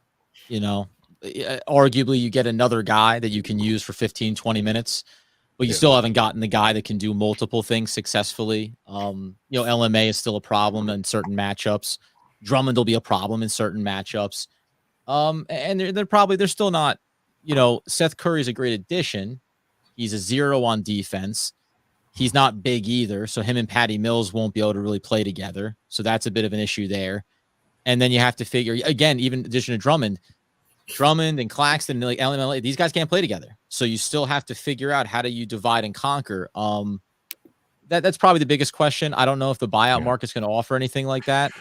Bro, it's tough because I'm factor Nash in that to just piggyback with it, throw it back at Adam. How do you factor Nash in there? We've already seen how Nash has handled numerous rotations, starting rotations. One of my hopes is that we can eventually find a consistent starting lineup. I cannot do back-to-back seasons of 60-plus different starting lineups. We have to be able to lock down starting roles for players. Do we have faith that Nash is going to be able to put this together? Or is this, We've already been 51 games in. Granted, there was injuries, but he Yeah. was still out there going, we're still experimenting, right? Like, but there's no. and those are his words. Like, we're still experimenting. So that's what he should say, though. No, but but that's what the answer is, because Kyrie Irving can't play. That's how the season starts. That wasn't the plan. Yeah. That's a starter. I get that. 14 games in, Joe Harris is gone. That's a starter. So you now have two holes in your starting lineup, and there's automatically no replacing Kyrie Irving. Just we'll just put player X in there. Yeah. Now you bring up Patty Mills, but you saw how that wore him down, right? He's 32, 33 years old. You can't run him for 35, 40 minutes a game. So you start to tweak. You try to figure it out. You start to fold in some of these young players just to get some minute shares. When you lose Joe Harris, you don't have another perimeter shooter on the roster. You had Patty Mills, right? So now you start to shuffle the deck again. When you don't have outside shooting like that, once he got to the point when you didn't have Joe Harris and you didn't have Kyrie Irving, there's no longer anyone that could go in there and not even like for like replace the minutes. The role, the skill set doesn't exist, even at a lower level. So what are you left with? Bembry and Bruce Brown and Blake Griffin and James Johnson, and all you can do is say, all right, let's go. Let's try to roll through this thing. And guess what? There was never there was never a set lineup that you were going to find in that. None of those guys are starters, right? Blake Griffin still has value, not as a starter. Yeah, as a bench guy. LaMarcus Aldridge, he has great value, not as a full-time starter. Exactly. So all you're doing is running those dudes. So and listen, I get it. Going back to last year, I think a lot of things have happened to Steve Nash. Doesn't excuse some of the in-game stuff, right? There's legitimate issues with him. But I think the best thing that they can work on, and Doug brought this up on the podcast, the biggest benefit maybe in this trade and in bringing in Ben Simmons is the thing he doesn't do and doesn't have well-documented a shot. Yeah. But this might be the ideal coaching staff to help develop that for him. And that includes Kyle Korver. He was brought in as a developmental coach, and even at the lowest level of improving Nicholas Claxton's free throw shooting, which was an absolute disaster last year, he seems like he has some ability in that vein. So tackling that type of issue is how you then trickle down effect, fix the lineup, fix the rotations. But as it stands right now, Seth Curry's going to be coming off the bench. You have Patty Mills there as well. Pick your poison, who you want in the backcourt alongside Kyrie Irving. I think Kessler Edwards should still hold, at least in the short term, his starting role. And then it's Kevin Durant, it's Ben Simmons when he's there. And then you're still going to have, 3-4 guys that are going to rotate in through there and fill their little niche roles. But it should flesh itself out. We just got to wait another 3 weeks until all these guys are on the court. Yeah, and when I noticed during this game, like we need wing depth. Like, I mean, I know DeAndre Bembry just got waived, but it was noticeable this game. Like the matchups that were getting, Kyrie was getting switched on to like big guys that we were getting killed inside. So I think wing defenders, we need a wing defender. We need that wing position is crucial for the for that buyout if we're gonna attack if Sean Marks is gonna attack in the buyout. But also when I look at, I was saying this on Spaces. Ben Simmons' shot is not like, his form looks good, but a lot of people forget when you play basketball, shooting is mental too. You got to have confidence in yourself. You got to see the shot going in. You know what I'm saying? You got to see the shot going in. It's a mental game too. When guys airball in games and stuff like that, you notice how your teammates are like, yo, keep shooting that, because you're trying to instill confidence. Like I said, I look at his form. His form is not terrible. It's just that he doesn't have the confidence to take these shots in game. You know what I'm saying? So hopefully, like Adam was saying, Kyle Korver can instill that confidence in him and the team too. KD, Kyrie, instill that confidence in him to take these shots. And if he misses, you miss. Just think about the next play. Good shooters always are on to the next shot. The best shooters in the world always on to the next shot. You know what I'm saying? You take the next shot. So that's how Ben Simmons, I feel like, as he develops in the game on this Nets team, which I have faith in the development with the Nets, I think he'll be good. You know what I'm saying? I think he'll be good. And a quick 2 pieces on that. First off, if Kevin Durant has confidence in throwing the ball to Blake Griffin and tell him to jack up those threes, everybody's going to have confidence in Ben. You know what I mean? Like they're going to instill confidence in him. No one wavered on Blake Griffin shooting threes all season. And I'm not saying it's improved particularly, but that's that other piece of mentality of the stars. Kevin Durant and Kyrie Irving are both guys, and just roll it into this Harden piece. Like Harden was confrontational with guys that weren't doing what they need to do. I'm not saying it's a bad thing, but Kevin Durant and Kyrie Irving are the exact opposite. They're a build you up guy, right? Look how Kevin Durant is with Cam Thomas. let's go, get your reps, keep firing, keep Yeah. shooting, right? Get to your spot. We got this. Yeah. Like that's certainly a mentality that builds in there through as well. And then just on the defensive piece, whatever you're losing, remember, if you think about a five-man lineup that has Ben Simmons, let's just say Claxton for sake of argument, and I said this in the spaces too, right? Kevin Durant, and then whatever you want your backcourt to be, the pressure on a Seth Curry and a Kyrie Irving is greatly reduced when you have three players that can switch, that can use their length. So you will mitigate some of that. You took out Harden, we all know is a total zero and negative defensively, and you're going to insert somebody who his entire mentality is predicated on what he does defensively. So everything on that end should elevate and alleviate the pressure on some of these other guys too. So there's a ton of positives. It's just, it's not often you say, let's swap out a lot of key pieces to what we do and see if we can solve the science in 20 games. It was a great point you made about Blake too, because Blake, there was that game. I think Blake had he slapped the backboard 3 times in a row, and KD was telling him to keep shooting. Yep. So I'm saying it's all. We've seen that multiple times. We saw that last year when he was it was early in the season. Oh, when Joe was in the playoffs. No, it was last year, early before Harden even got here. Joe was hesitating. He was like, shoot it, shoot it. Joe Harden. Remember that game? It was early. So Hey, I got a leaked photo of Harden. Leaked photo of Harden getting ready for the All-Star. We go at toxic hours on Harden, y'all. You know what it is. This demon time hours on Harden, y'all. Did this photo? Remember when we were making fun of his outfit on the sideline a week ago? Oh yeah, the garbage bag outfit. Has this photo not taken on a new meaning? Yeah, he thought it was Prada. He thought it was Prada. We get a little brutal here, so that Missy Elliott's she was rocking. I don't get into the smoke. Hey, I need you to put some Elliott glasses on this, bro. I'm not gonna lie. I would not spend my time on anything else. Some Cartiers on that. Funny, dude. Let me read some comments. See what the chat is saying. The chat is shout out Donna. She said the streets are cold. Yeah. The real J, hot wings over championship rings. Facts. Isaac Hussein said Joe Harris was building a stadium during the playoffs, but he still got the ball. Like I said, it's still. You know what would be funny? Confidence. If we won the championship, and then the rings came, because technically Harden qualifies for one. Oh yeah, he qualifies. Yeah, how great would that be if we win it and then you just send him the ring and say, "Nah, we're not sending him." That's the question. You do send him the ring because I thought the owners have a choice. Of course you do. You won. You won the ring. You send it to him. Send him a ring, but imagine being James Harden, Mr. 37 points per game over a season. You carried your team throughout this whole time. You're one of the best stars. So to not get a ring, you get a ring. Oh, how did you get that ring? We're gonna send you a move. No. Here's my thing. That ring would blow pop. sting. I'll send him a ring pop. Send him a ring pop. I'll send James Harden a ring pop. We can send him a move ring. Y'all ever seen a move ring? We can step it up a little bit.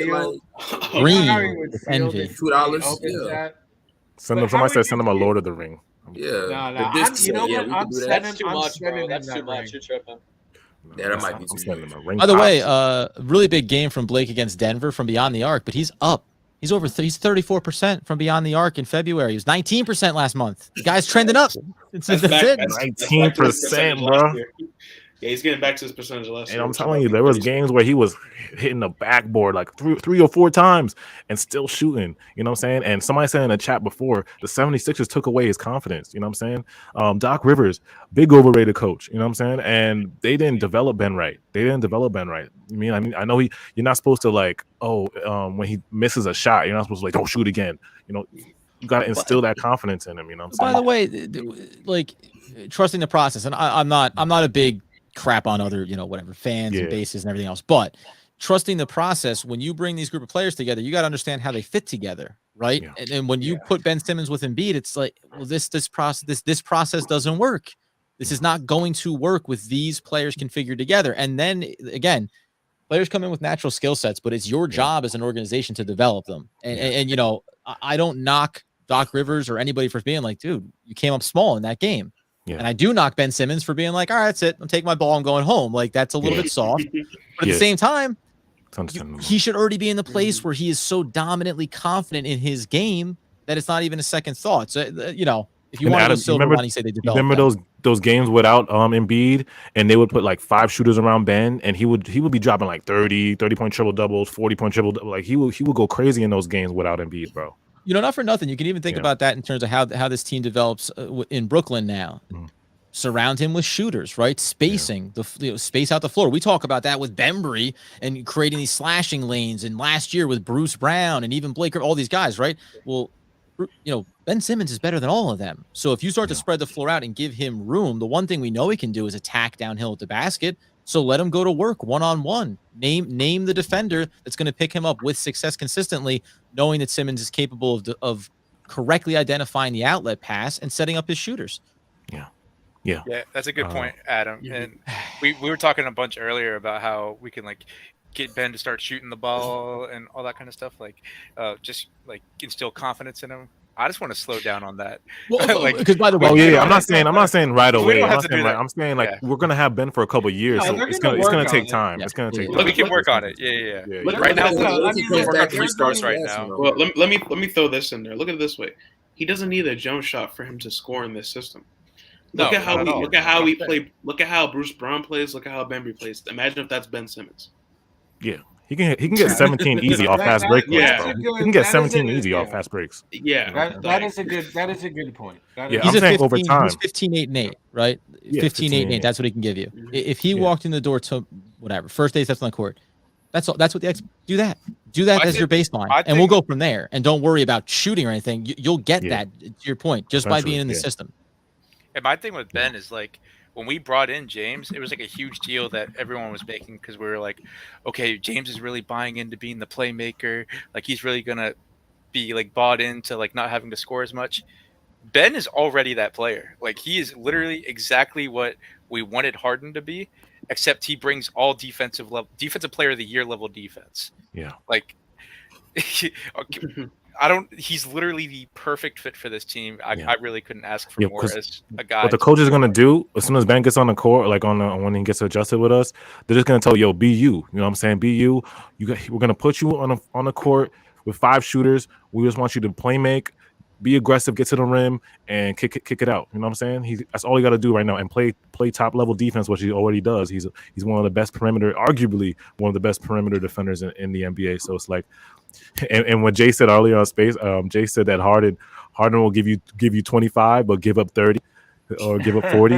Ben's not going to give up 30 or 40 though. Yeah. What if he come back shooting 40 from the 3?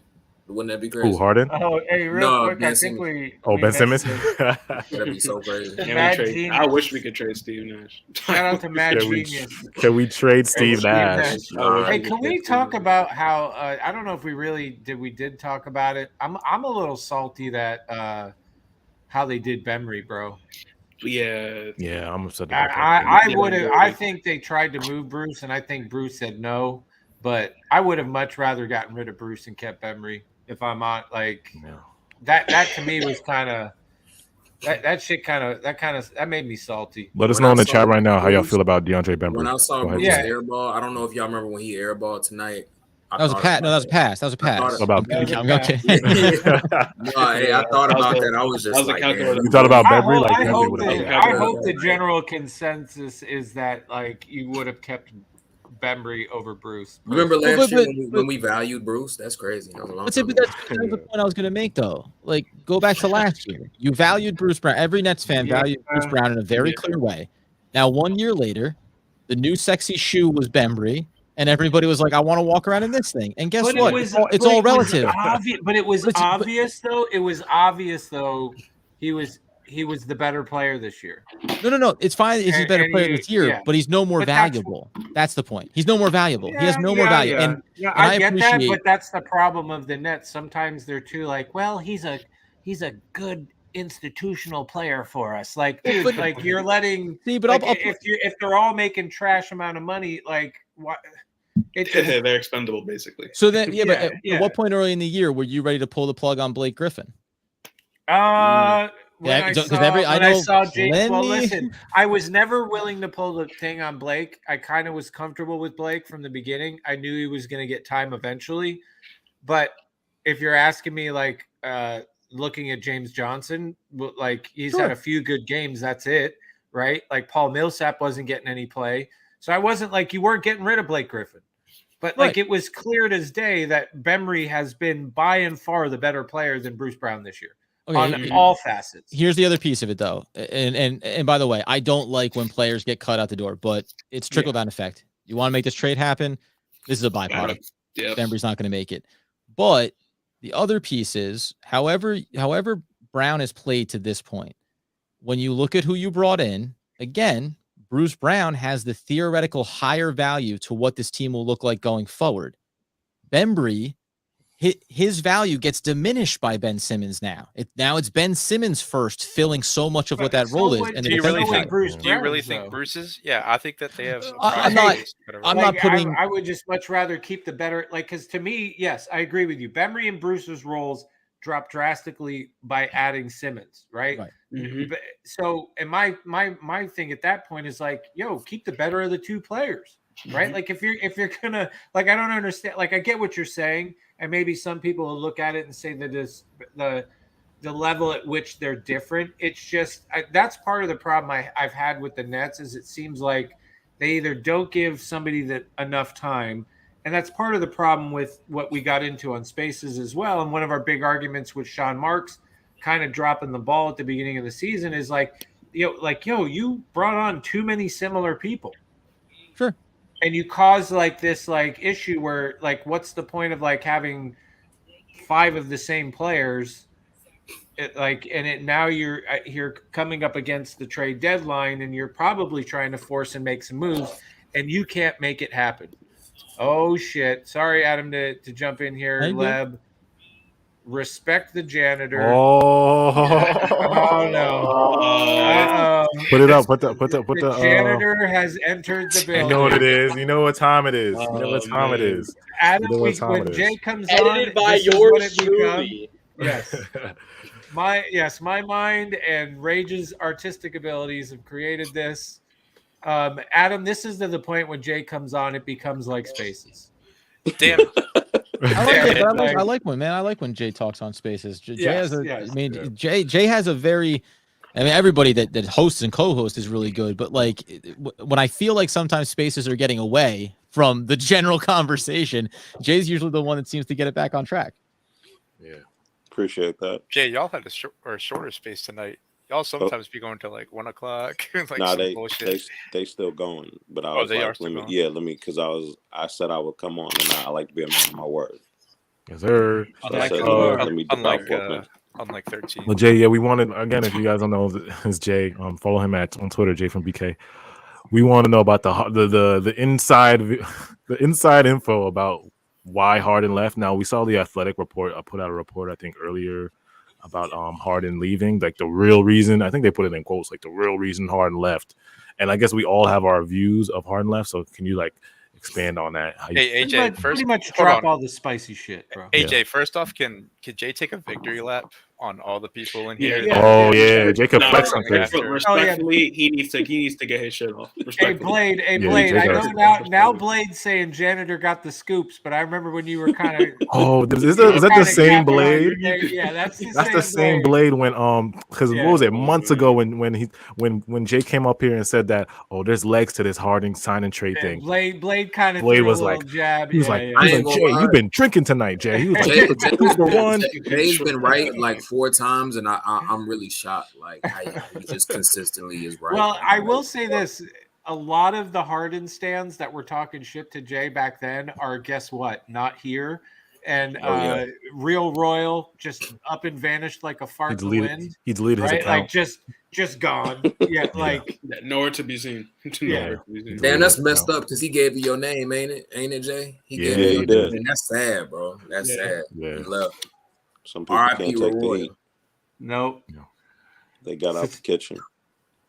Nah, this whole thing has been, for lack of a better term, in the works for some time now. Mm. The man didn't want to be here, and what it really comes down to, and some people have a hard time understanding this, is that he he's immature. I mean, it's really it's really no other way to explain it. And I'm saying that from this standpoint, the man is in his mid-30s. He doesn't act like it. He doesn't carry himself like it. He carries himself like he's still a child, basically. I mean, because you knew what you wanted, and the Nets attempted to capitulate to your heart's desire, and that still wasn't good enough for you. Yeah. You knew what it was.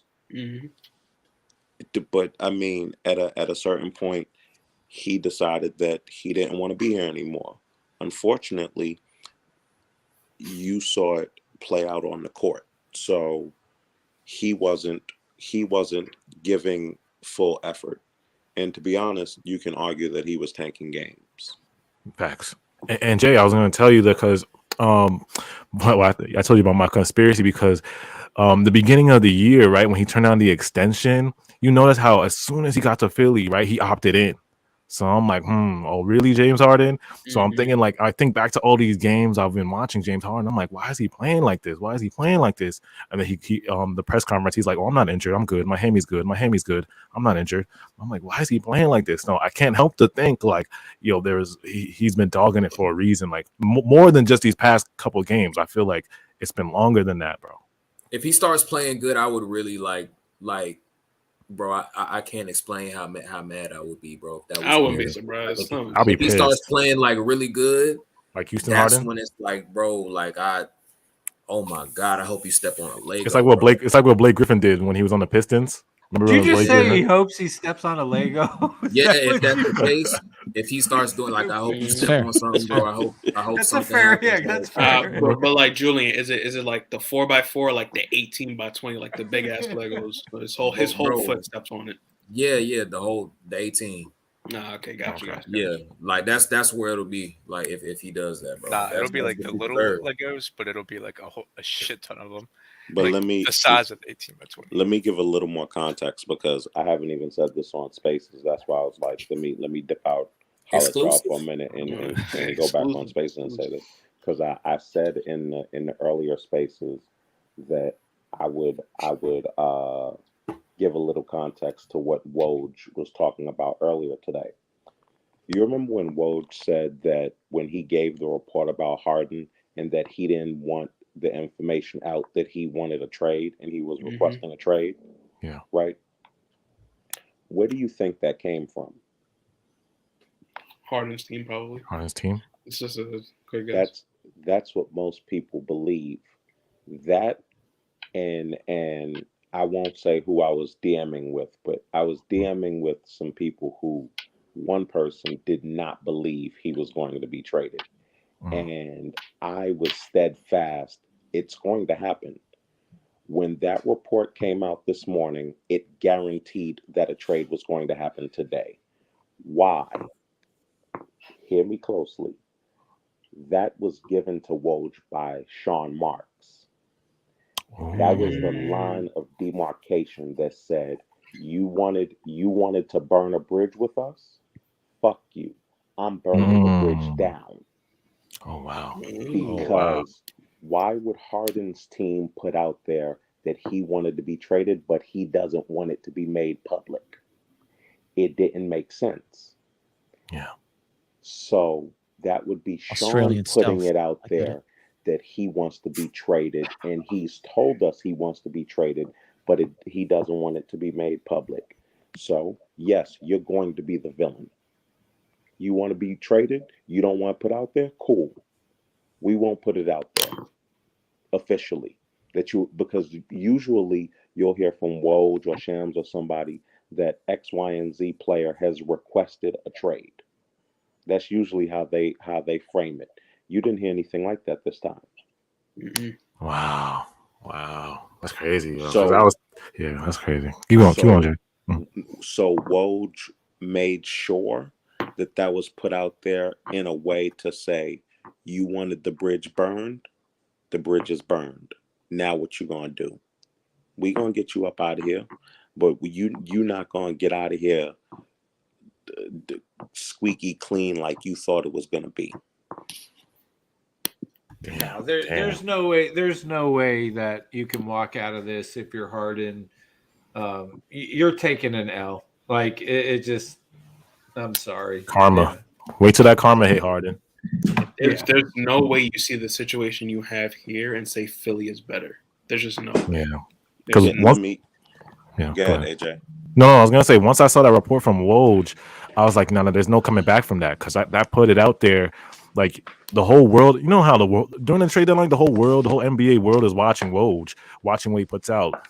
Our own team is watching Woj and watching what he puts out. So it's like once they put that out, I was like, no, he can't come back to the Clays. He can't come back to Brooklyn like that. You know, I'm sure the team knew, but that's one of the respectful things about the Nets is that they do like to keep things like that in house. But at a certain point, he disrespected them so much, and he put them out there so much that come on now. You had to, and it goes from even Monday, and we talked about this on Spaces or Tuesday, where he shows up to the game because he wants to model his Adidas stuff. Yep, that. I was the one. Hey, no offense. Together immediately. Yeah, I was one of the first out in front of that, especially on Twitter, throwing that out there. Like, yo, dude, that shit was so obvious, plain as day. Like. Your only reason, like what you said, I think Jay had also mentioned this before in Spaces, where it was not only was he out there repping Adidas, but he was also out there because of what you said about Sean Marks and them. Like, yo, like get your ass out there and like at least show you're gonna sit with the team. You don't want to. You wanna be in the back saying that you're getting treatment, but you're not because your hamstrings are fine. So you're gonna get out there. And Chubbs, something that you just said. And I'll let this be one of my last points, is yes, you can look at it from, why would you want to play with Embiid over KD and Kyrie, right? Mm-hmm. It's not about playing with Embiid. What it is about relationships. So you all who are on Nets Kingdom have been running these for a minute now. So you all have relationships. If a new person came in, they're not going to have the same relationship with you all as you all have had with each other. That's where Harden comes in. Harden's only been with Sean Marks for a year, literally. And really not even a year when all this nonsense started. Harden, it's not about going to Embiid. It's that Harden trusts Daryl Morey because he knows that they've had a working relationship for at least 10 years now.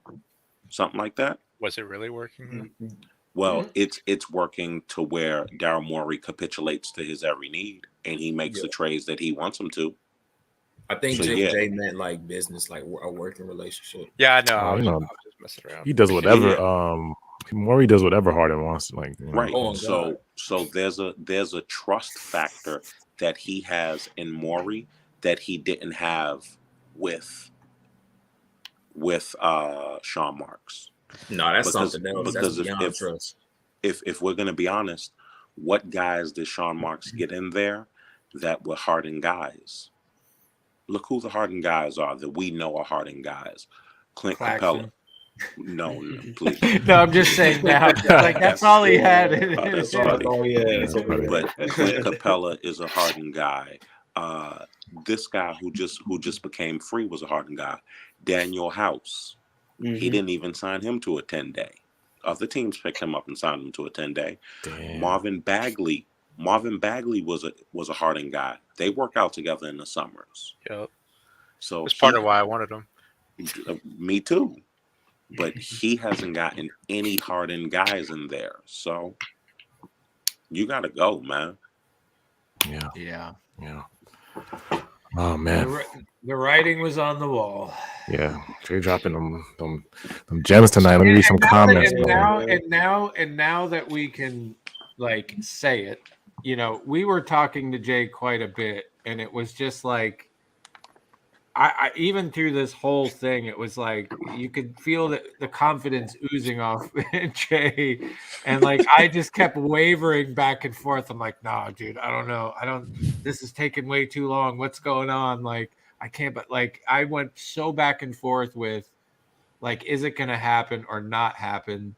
And just all the different reports. Like, and there's something I definitely like got a very like Steve Nash, Oscar-winning coach at acting, right? Like you look at all the people that were coming out, like speaking as if they knew, or they were just straight up lying. Like Steve Nash, just best acting job ever. Now, if he can act that well, I think he can act well enough to get angry on the sidelines so that the refs believe him. Now, Saint, you want to say if he can act that well, then he should act like a coach. See, I'm trying to help Yes, you out. there you I'm go. not like Steve Nash. I I'm not was against him. alluding to that. I was alluding to that, but yes. Yeah. If you can act that well, go watch one of the greatest coaching like basketball movies or something and like come out and give us that same. Coach Carter? No, who was the other guy? Was it Hoosiers? You want Hoosiers? Yeah, Hoosiers. Yeah. Like Nah, Steve Nash, are you trading Harden? Oh, no, we're not trading Harden. He's gonna be here past the deadline. Straight face. You know what I'm saying? Go back and watch that clip. He's got a heck of a grin on his face when he says that. When someone says, like, I'm just confirming. He's like, I'm just confirming. Make sure it's clear. You're not. He's like, no. No. Yeah, don't worry about me. What did you want him to say? Well, but all that, and that's the point too about this stuff. When people read into this stuff and are like, "Oh, Steve Nash," and it's like usually when you listen to like whatever main talk radio or you turn on ESPN in the mornings, they're like, "Does Steve Nash even have a clue what's going on?" Like, of course he does. What's he gonna sit out there and be like, "Yeah, you know what, man? We're really sick and tired of James Harden. We're just trying to figure out a trade so we can get this thing done." Like, yeah, that's a part of being a coach is playing stupid sometimes. Like, that's the role. Yeah. He's not going to say, no, this man has done X, Y, and Z because that messes up his trade value. Yep. And if you want to be honest about it, Harden played Maury also because Harden could have told Maury everything he was doing. And Maury could have drawn his line in the sand and said, nah, I'm just not going to give you X, Y, and Z. Right, help devalue himself. Right. Wow. Listen, if maybe that makes Harden a decent guy though. He didn't do that, right? Oh God, no! It makes him not as intelligent as he exactly should be for the circumstance. Yep. It's like, come on, man. But that's where you look at the situation of what went on. And I said this earlier, but if Ben is healthy and playing, him and Seth are a fair deal. That we got 2 number 1s out of this. Yeah, that's the other thing we haven't really talked about. That's huge, right there. The 2 number 1 first picks we got out of this. And with that pick, it can carry over into 2023. Yeah, I think Woj put that afterwards. Yeah, that can carry into 2023 too. Yeah, unprotected and then protected 2027. I think it is, right? Mm-hmm. Yeah. Those picks were crucial too. I'm glad Sean got those picks because he can end up flipping them, using them, whatever you're gonna do. But they're like big value. That's not even mentioning Drummond. Jay, everybody's throwing the question out. Obviously, like I said before, now that Harden's gone, we've made the trade. Things are changing. People will get healthy. The chatter for Kyrie Irving to play home games is going to probably go higher than it's been, in my opinion. A lot of people are asking to chat, when's Kyrie playing home games? When's Kyrie playing home games? I don't have a specific date. Yep. And I figure that's pretty much what I was going to say. It's still supposed to be a lot sooner than the last time. Someone was saying too that it was a good step seeing the governor do that. Absolutely, yes. Yeah. Somebody was saying that that the premise should be, or I don't know if it will be or should be, that the first game that Ben Simmons plays in should be with Kevin Durant and with Kyrie Irving, whatever that looks like. So if it makes it a road game, right? You want that to be the first taste that Ben Simmons gets on this roster. I just wonder how the Nets are going to approach bringing Ben Simmons in, acclimating him, and making it the exact antithesis of whatever version of perspective that Harden spun. Can they wait that long? Yeah, That's the follow piece, right? They're getting these dudes in there, Ben Simmons, everybody in as quick as they can. Like, not to mention, it would probably you have be a good to stop idea. your 10-game slide. You have to. Well, hey, I Not just that dropped you the most- something, Saint, in your DM. All right. But I agree with it, right? And on a 10-game losing streak, I guess it's just it'll be interesting. Like, what is that going to look like? But did you just do this shit when we were sitting here, bro? Oh yeah, I was a graphic designer once upon a time. Bro, you and I are gonna have to talk because all right, you just opened another door for me. You and I are gonna have to talk after. I don't this. got the graphic design skills. Graphic design. How long did it take you did you literally just make this like right now as we're sitting here talking? Yeah, well, once Jay got in the room, I thought, you know what? Well, I'm not trying to throw shade on anybody's graphics. They look lovely. No, but dude, this is yeah, dude. Put it up. Yeah, put it up, bro. Once you upload I'm it. trying to. I got to see if this platform supports the file type. It should, but listen to stream with some graphics, yo. AJ, I gotta keep it a boat. You did Seth dirty in this thumbnail. I don't know where you got. Bro, if you look on his, why did out of all pictures? His face looked bad funny in the thumbnail. You need JPEG? Can you make it a JPEG? Yeah. Thanks. Let me read some comments, yo. Real J said any shooters available. Fire. I would bring. Somebody said I would bring back Mike James or Tyler Johnson. Y'all bring back Mike James in the chat? Tyler Johnson? I like Mike James though. I'm not gonna lie. I like Mike James. Okay. Nah, I did like Mike James when he was on the team. I did like the other aspect of this conversation, which will get interesting, is the guaranteeing of Kessler Edwards, the possibility of buyout market, which means you still have to drop 1 to 2 other people in order for this to happen. Those are things that kind of interest me, like going forward. Like I Devon still Carter, think, I mean, like you'll sacrifice. You have to sacrifice. If the right player's in there that improves the team and solidifies a role, all the guys at the back end, and you can watch these good games from James Johnson and, going behind the back and all that flashy stuff. But we know that comes and goes. It's not like that's that man doesn't know what he's doing when he grabs the ball. Oh, somebody said Alonzo Trier. I like Alonzo Trier. No? I don't know what happened. Yeah, to come him, on, though. 2 seconds. That's one of KD's homeboys. Alonzo Trier? Yeah. I liked him, bro. I don't know where did he go back? Was he in the G League last time, I think? I'm pretty sure he's from PG County. He can score, bro. He can score. I'm almost positive he's from PG County. So, like, are we just gonna ignore all the best hoopers come from Baltimore or Maryland? And that's like Melo, Durant. Maryland is crazy. Like what? Yeah, Maryland got hoopers, bro. How well do we think? Because people are, like we have bagged on Andre. We've bagged on Drummond, right? Like we did. Rage would be up here every day after a fucking. Every day we would be getting off last words, and Rage would be like, and Andre Drummond is not a top 20 center. And now, what isn't it like the perfect fate of like for a whole season we said this about Andre Drummond, and now he is a net. Like make that up, bro. Yeah, just for Rage, right? Like Andre Drummond is one of our centers.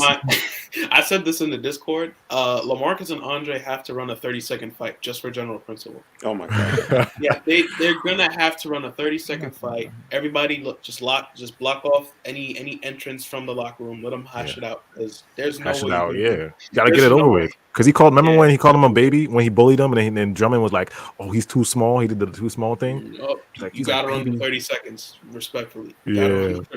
30 seconds fade is nothing crazy. Shout out to Josh90. Who will win in a 7-game series? Memphis Grizzlies or Golden State Warriors? That series would be fire and intense as hell. Ja's better than Steph, so Ja's gonna win. I would pick Memphis. Just off the strength of last year in the playoffs. Because Ja's better, yeah. You're right. Well, excuse me. In the we lose Jay. Yeah, he cut out for a second. Well, repeat that, Jay, because we kind of lost you for a second there. I said I would pick Memphis because of the playing game last year, and they were better than them then, and they have more confidence in a deeper team now. Okay. I got Warriors. I kind of got Warriors in 6. I think it'll be a series. Warriors in 6. No, This is tough, bro. I think I'll that's take Go, Warriors. Saint. I'll take Warriors in 7. I'll just take Warriors. But I'm not. I'll be happy if Ja wins this battle, though. I'll be happy if Ja. I'm rooting for Memphis, but I got Warriors. If they had Seth instead of You the man, Steph, dude. Thank you. They would they could probably win. But Seth is All right. better. So. What I'm about to show you, I hope this comes up and it fits perfectly now. Let's try this out one more time. But what I'm about to show you is just like amazing. Adam just did a masterpiece. Why is it not pulling up? Put it in the overlay. No, it's like for some reason it's not.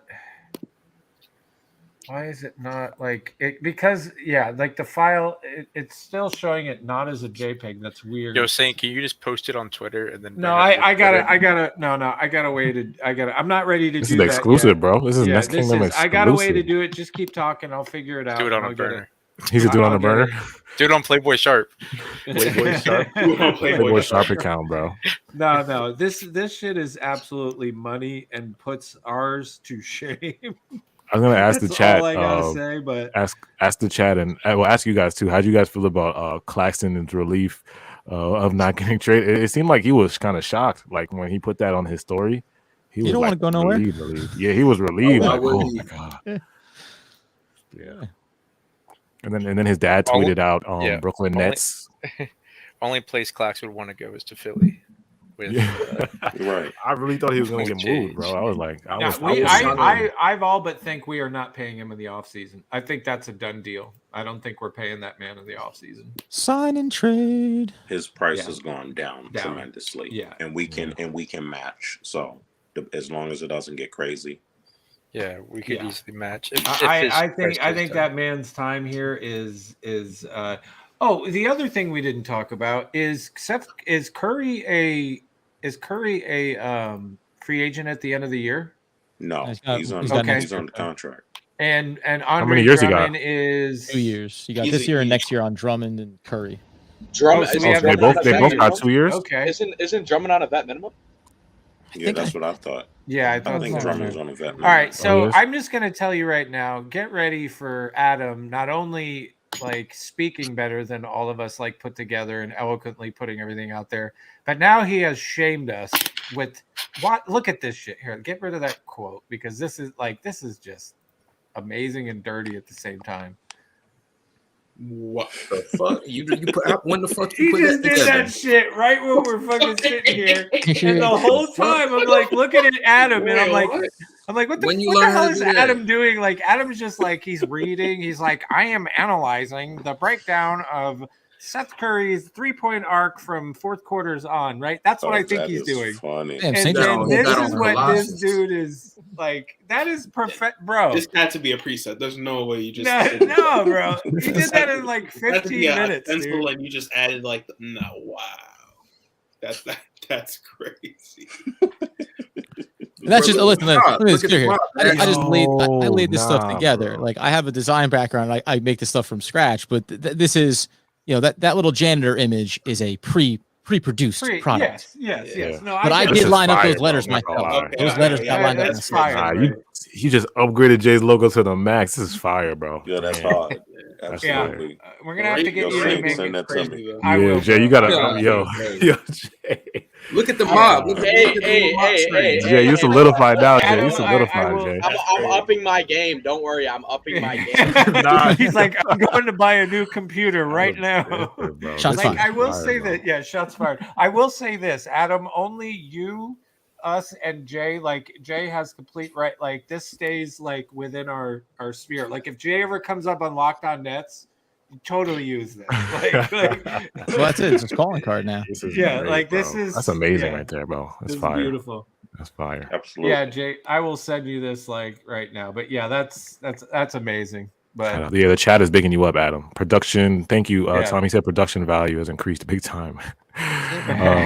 Jay's price went up now. This Jay's price went up, y'all. Yeah, I like this one. I like this one because it looks professional. But at the end of the day, we can't forget our roots, and that's what we got Rage for. Because Rage, he got that splash. He got that splash of ratchetness too. So we're gonna use. He's got that Detroit Drummond. Hey, Exactly. and, So we need both of them. and Julian, you know what, Julian? That's what I pride myself on. I really appreciate. Exactly. You know, like we need both of them. Like we need both. Yo, Jay, somebody said in the chat this should be your business card. if you ever want some ratchet bootlegged type image, I got y'all, bro. We should make and then we need one that Twitter reporter. We need that. This one. is fire, I need a bro. Twitter reporter. Jay the Twitter reporter. And then he got the black and white with the colors of the gray with the Nest color. Yeah, matches. Hey, Yeah, and if y'all want to see what Rage is working with, go look at like the rest of the season with the what's You Kyrie. gotta look at other streams. What Kyrie's doing. Nah, I gotta say, the rain boots is killing me. The rain boots is killing. That's what I said. That's what I said. He got on Colossians. That's what they call it. That's them new Balenciagas. That's what Kanye be wearing, bro. The new Balenciagas. Kanye be wearing those AJ, Balenciagas. do not call them fat ass shits Balenciagas. Yo, that's what Kanye be wearing though. AJ, Jay, that's your wardrobe right there. Nah. Yeah. Wait, you take the train in that? Jay, you on the train wearing that? I need to lose some weight before that's my wardrobe.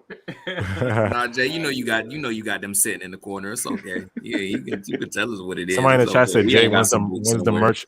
She said, when's the merch loading up? I want this on a hoodie.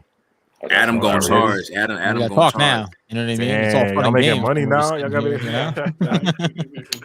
The merch. Well, Jay look from at it. BK Look at merch. it this way. Adam took our idea, turned it into something better. Now going to Jay. So I see like a three-way, like three-way what? like money Where breakup. we right? going here? Three-way kind Oh, of you what? talking about the money No, splits? I'm The not splits? talking about that. I'm just saying a three-way money split here, right? Who's the Like, we Harden all, in the like, situation? You know what I mean? Who's going to trouble at the end of the day? yeah, like the big three, right? I could be James Harden here. Big three? Yeah. I'll protest Nah. this shit. If you see I'll this take on my a- ass to Philly. If you go to Clay's and see this on a hoodie, that'll be Yeah, not gonna like lie. if all of a sudden You're a this real pops one. up on like the Clay's like big screen TV, like You yeah. see people in a hoodie, Jay from BK. Bro, hoodie. I need pants. I with- said it I to need you, I Jay. need these on pants, bro. Thank you. This would be some or some fucking pajamas, Hey. bro. I could use. Some. Hey y'all, you know what? Y'all, it's giving professional. You said it's good. What program did you use, Adam? Which program did you use for this? Somebody said a strip club. Are you throwing shots at me, Julian? Are you It's serious? very much giving not ratchet. Hey, but listen, hey, I don't know if See, Adam. you are Hey, throwing listen, shots, I don't you know if asshole. Adam can fuck with this though. Like, look at these money. That's look what at I be these- trying to tell. Look at these money Okay. photos, right? Listen, Like, that's a pro right there. That's a pro's look- pro right there. look at That's all it this, is. bro. Like, what's he got Look at on Claxton's that? eyes. Yo, don't disrespect Katie like that though. With the ball I head. don't know where the What's bong he ends got and on KD that, begins. bro? Hey, take that down. Take that down. Take that down. What's he got on that, bro? Take that down, Like, take that It's Nah, I'd be and then adamant. Katie getting I'd the be crab adamant legs. one What's thing, he got bro. on Yes, that, sir.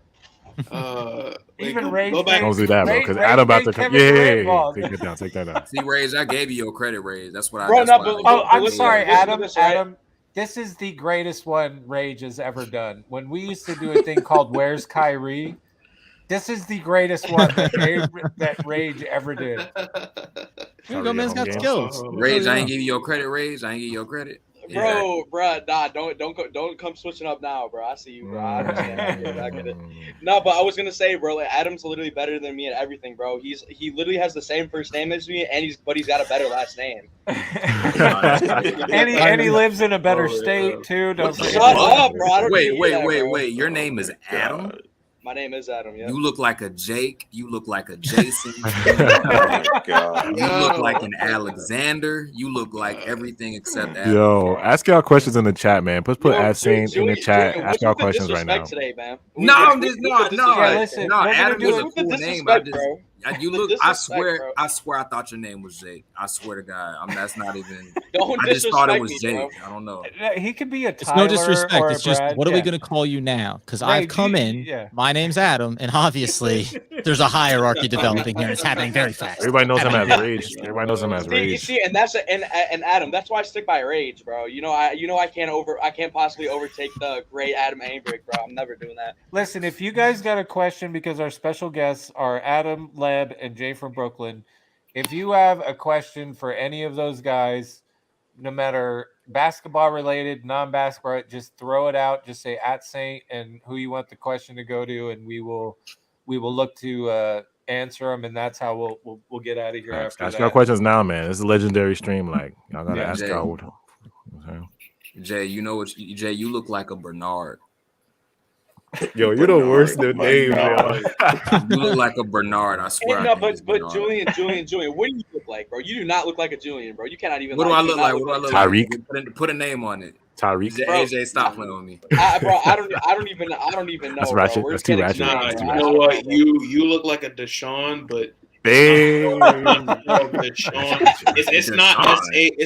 not spelled SHAWN. It's like that weird ass Sean. We being disrespectful tonight. Isaac, don't drop the Discord. Don't drop the Discord, Isaac. Don't do it. Don't do it right now. Okay, that's just disrespect. But like the Deshaun is like it's like the SHAUN version. Yeah, like the SEAN.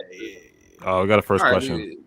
The first thing I did when I did think of Busy Bones from Bone Thugs and Harmony when the first time when I thought about you, bro. I was like, you that's you Bone Thugs, bro. That's what I thought. First question is from BX Monster. All right, shout out to BX Monster. We need Gary Harris or Dennis Schroeder for buyout a piece that can give us 15 to 17 points per game. Would help us a lot, especially when Kyrie can't play. What do you think? What do you think Seth Curry can possibly do? 15 through 17 is a little much for a buyout guy. Neither of those.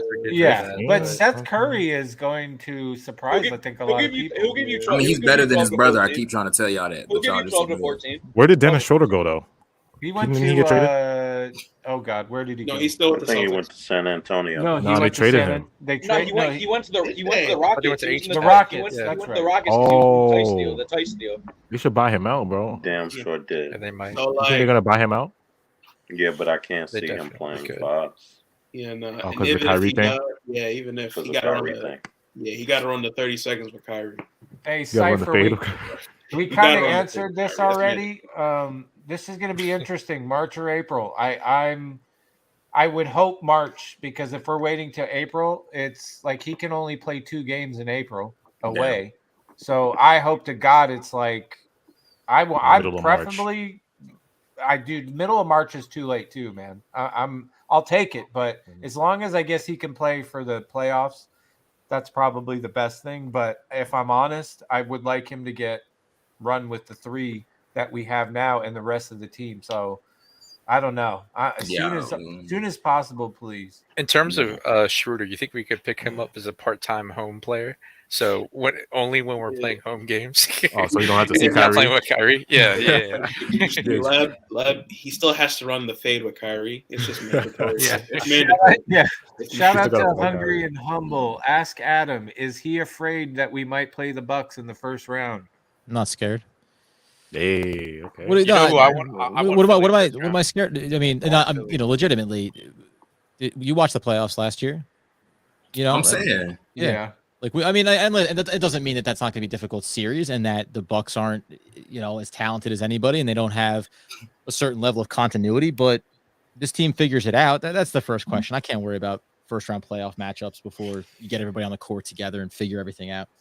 Yeah, that's a good point. Monifa Barnes, do you guys think Drummond and Curry play Saturday? What do you guys think? Very good possibility. We were talking about that earlier. Yeah. Nash came out and said that everybody's going to be there on the Miami game. So he said they might not play though. It'll be interesting. Yes. Yeah. This is also another thing that I want to. Oh, I'm sorry, Chubbs. Did you want to go? No. Let's go ahead. All right. Samuel Omokade.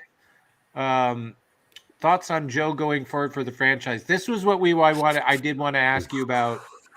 Jay, is your thoughts on Joe Harris? I'm glad he stayed, if I'm honest. The second thing, though, is where are we at with this guy? You said thoughts on Joe going forward with the franchise, but also him coming back healthy. Where is the whole Joe saga? I guess is a complete question. Health and going forward. And real quick, Jay, you can check your DM on Twitter if you want to switch out your logo. Yeah. Okay. Appreciate that. I expect for them to give a positive update within the next week. Oh, okay. That means they're gonna give an update next week. You know what though? Like, I mean, that's not insignificant. You talk about stemming this tide here. If all of a sudden you have Curry and Joe Harris, if he gets back sooner than later, that changes how you get through. You're getting everybody together. Like you can win games if you have Kyrie Irving on the road, or you just have, I mean, listen, even with Patty Mills and Seth Curry and Joe Harris, if you start getting enough shooters around this roster, you can win some of these games that you're not able to right now. Yeah. And it's crazy that we just list off like Patty Mills, Seth Curry, and Joe Harris, but like we also have guys like Kyrie Irving and Kevin Durant on this roster as well that like we just don't mention along with them. Yeah. Right. AJ, Yeah. you look like a Keith. Oh my god. You look like I thought y'all said my name was Alvin. You look like that too. But you look like it could be also Delicious. Keith. no cat, AJ. You look like you'll have a very fancy name, like Jamiroquai or something. I'm not even being funny. AJ definitely looked like a Freddie. I'm not Oh, like No, he do look like a Freddie. You look like a Freddie. He look like a Freddie. Gibbs. Freddie He Gibbs. do Look like a Freddie. All right, Oh my god. No, there was another good question. Same. Go to the other one about Drummond. Well, they already asked about that, about playing. Oh, okay. Yeah, I think, it was he a- it said was a starter repeat play. one. Okay. Yeah. But I mean, that would be a good question. Does Drummond start? Nah. I think you should start on Saturday. Starts like a relative. I mean, that's a ceremonial term when it comes to the 5 for Brooklyn. But When Ben's, Yeah, but, when Ben's in I the mean- lineup, I want LaMarcus. Yeah. But he's healthy. That's a very into the fire type of thing with Seth and Drummond, no? Like, I'd granted,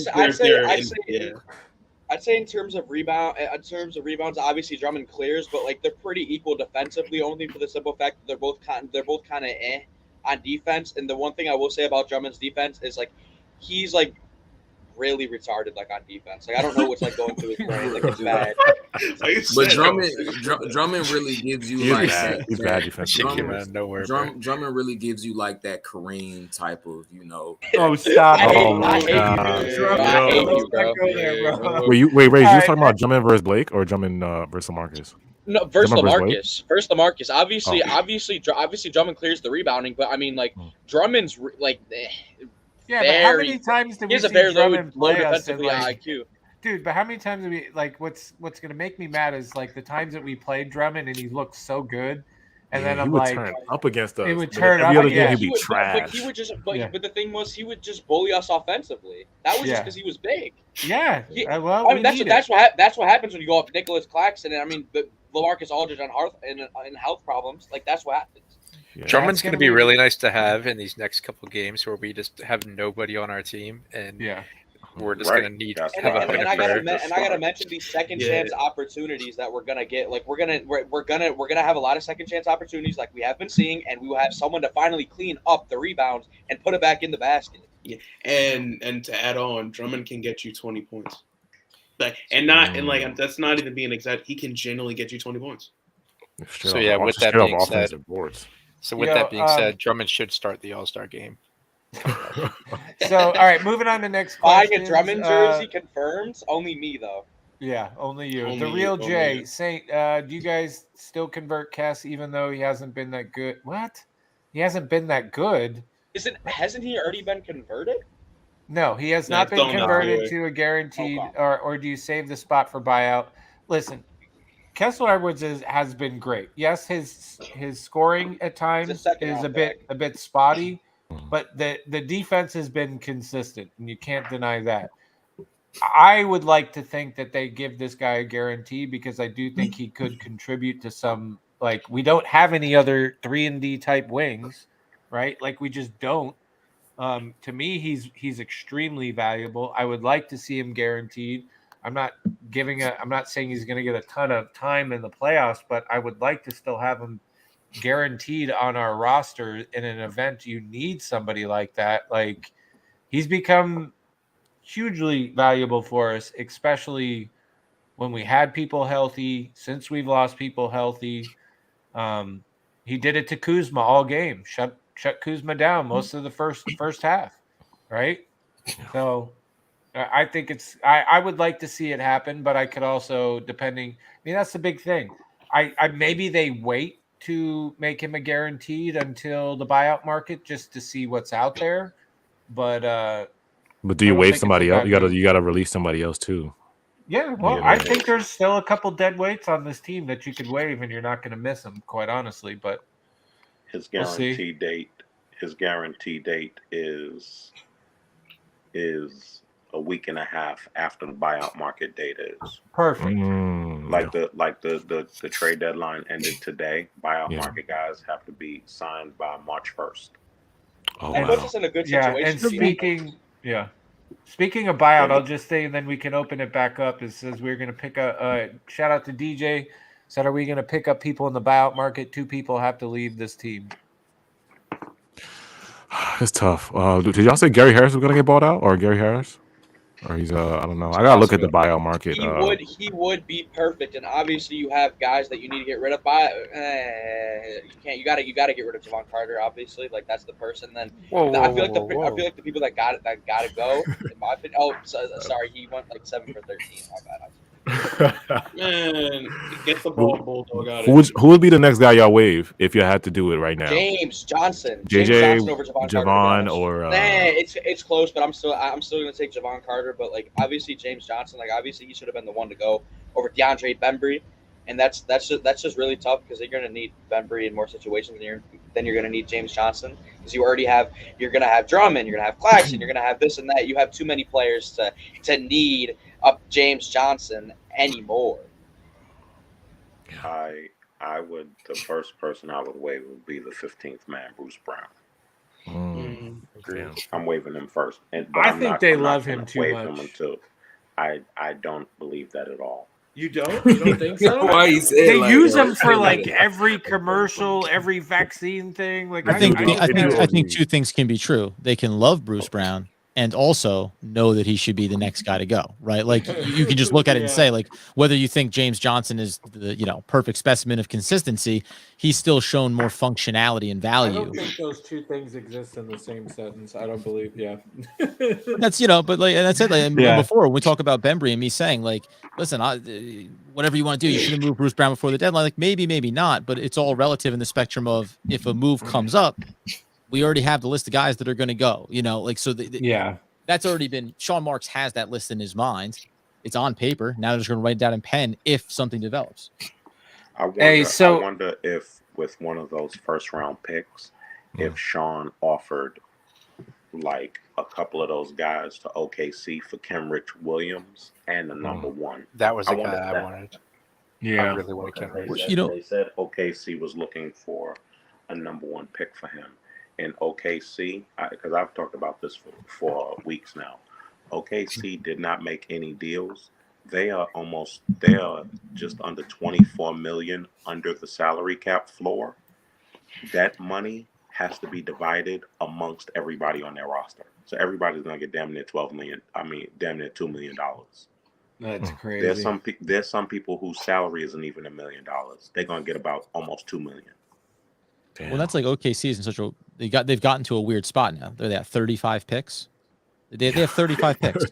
That's a real number, right? Like and at a certain point, that's a real number. At a certain point, like you don't want the salary dumps anymore because where's the value, right? Where do you go from here? They tried to do it last draft, tried to get up the board, and it didn't work out for them. So all they have is a stash pile of assets and nothing to use it on. Yeah. Hey, shout out to Gemini. He's also been in Spaces. Good to see you in here, bro. Said, when do you think the losing streak will end? Do you think the Nets will be in the play-in? I think our losing streak's going to end on Monday, February the 14th on Valentine's Day against Sacramento. I don't see us beating Miami Heat. I'm sorry. I just don't see it. But they're playing really well right now. And then if we're integrating 2 new guys into the starting lineup with what we already have, I'm just not buying it yet. That's when I think it's going to end, is Valentine's Day. As far as the play-in, I don't know, man. What's the play-in? 9th and 10th spot? Back into the East is soft enough. Yeah. Hurry back, Ben. I think we'll be okay. I don't know where we'll get, but I think we could be depending on who and when we get back. I mean, we could make a run for that top, but it's going to be that. That's the important part is because I think isn't our like the remaining schedule pretty. It's not an easy one for us, right? If I remember, if like looking at it from a bigger perspective, I don't think our remaining. Yeah, it's not like an easy walk. So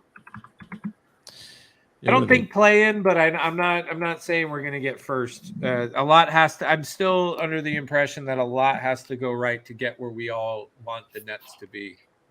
Yeah. I mean, realistically, this is like kind of a soft reset on the entire organization, to a degree. Yeah. This is kind of basically a soft reset. What do they got? It's almost like you better get up while you can to the other teams, because when we form like Voltron, it's gonna be on. They got some. I mean, listen, they lost them tonight, but they got Knicks coming up, Wizards coming up, Celtics, Bucks will be bad. Back home and away against Toronto, which Kyrie won't be able to do either.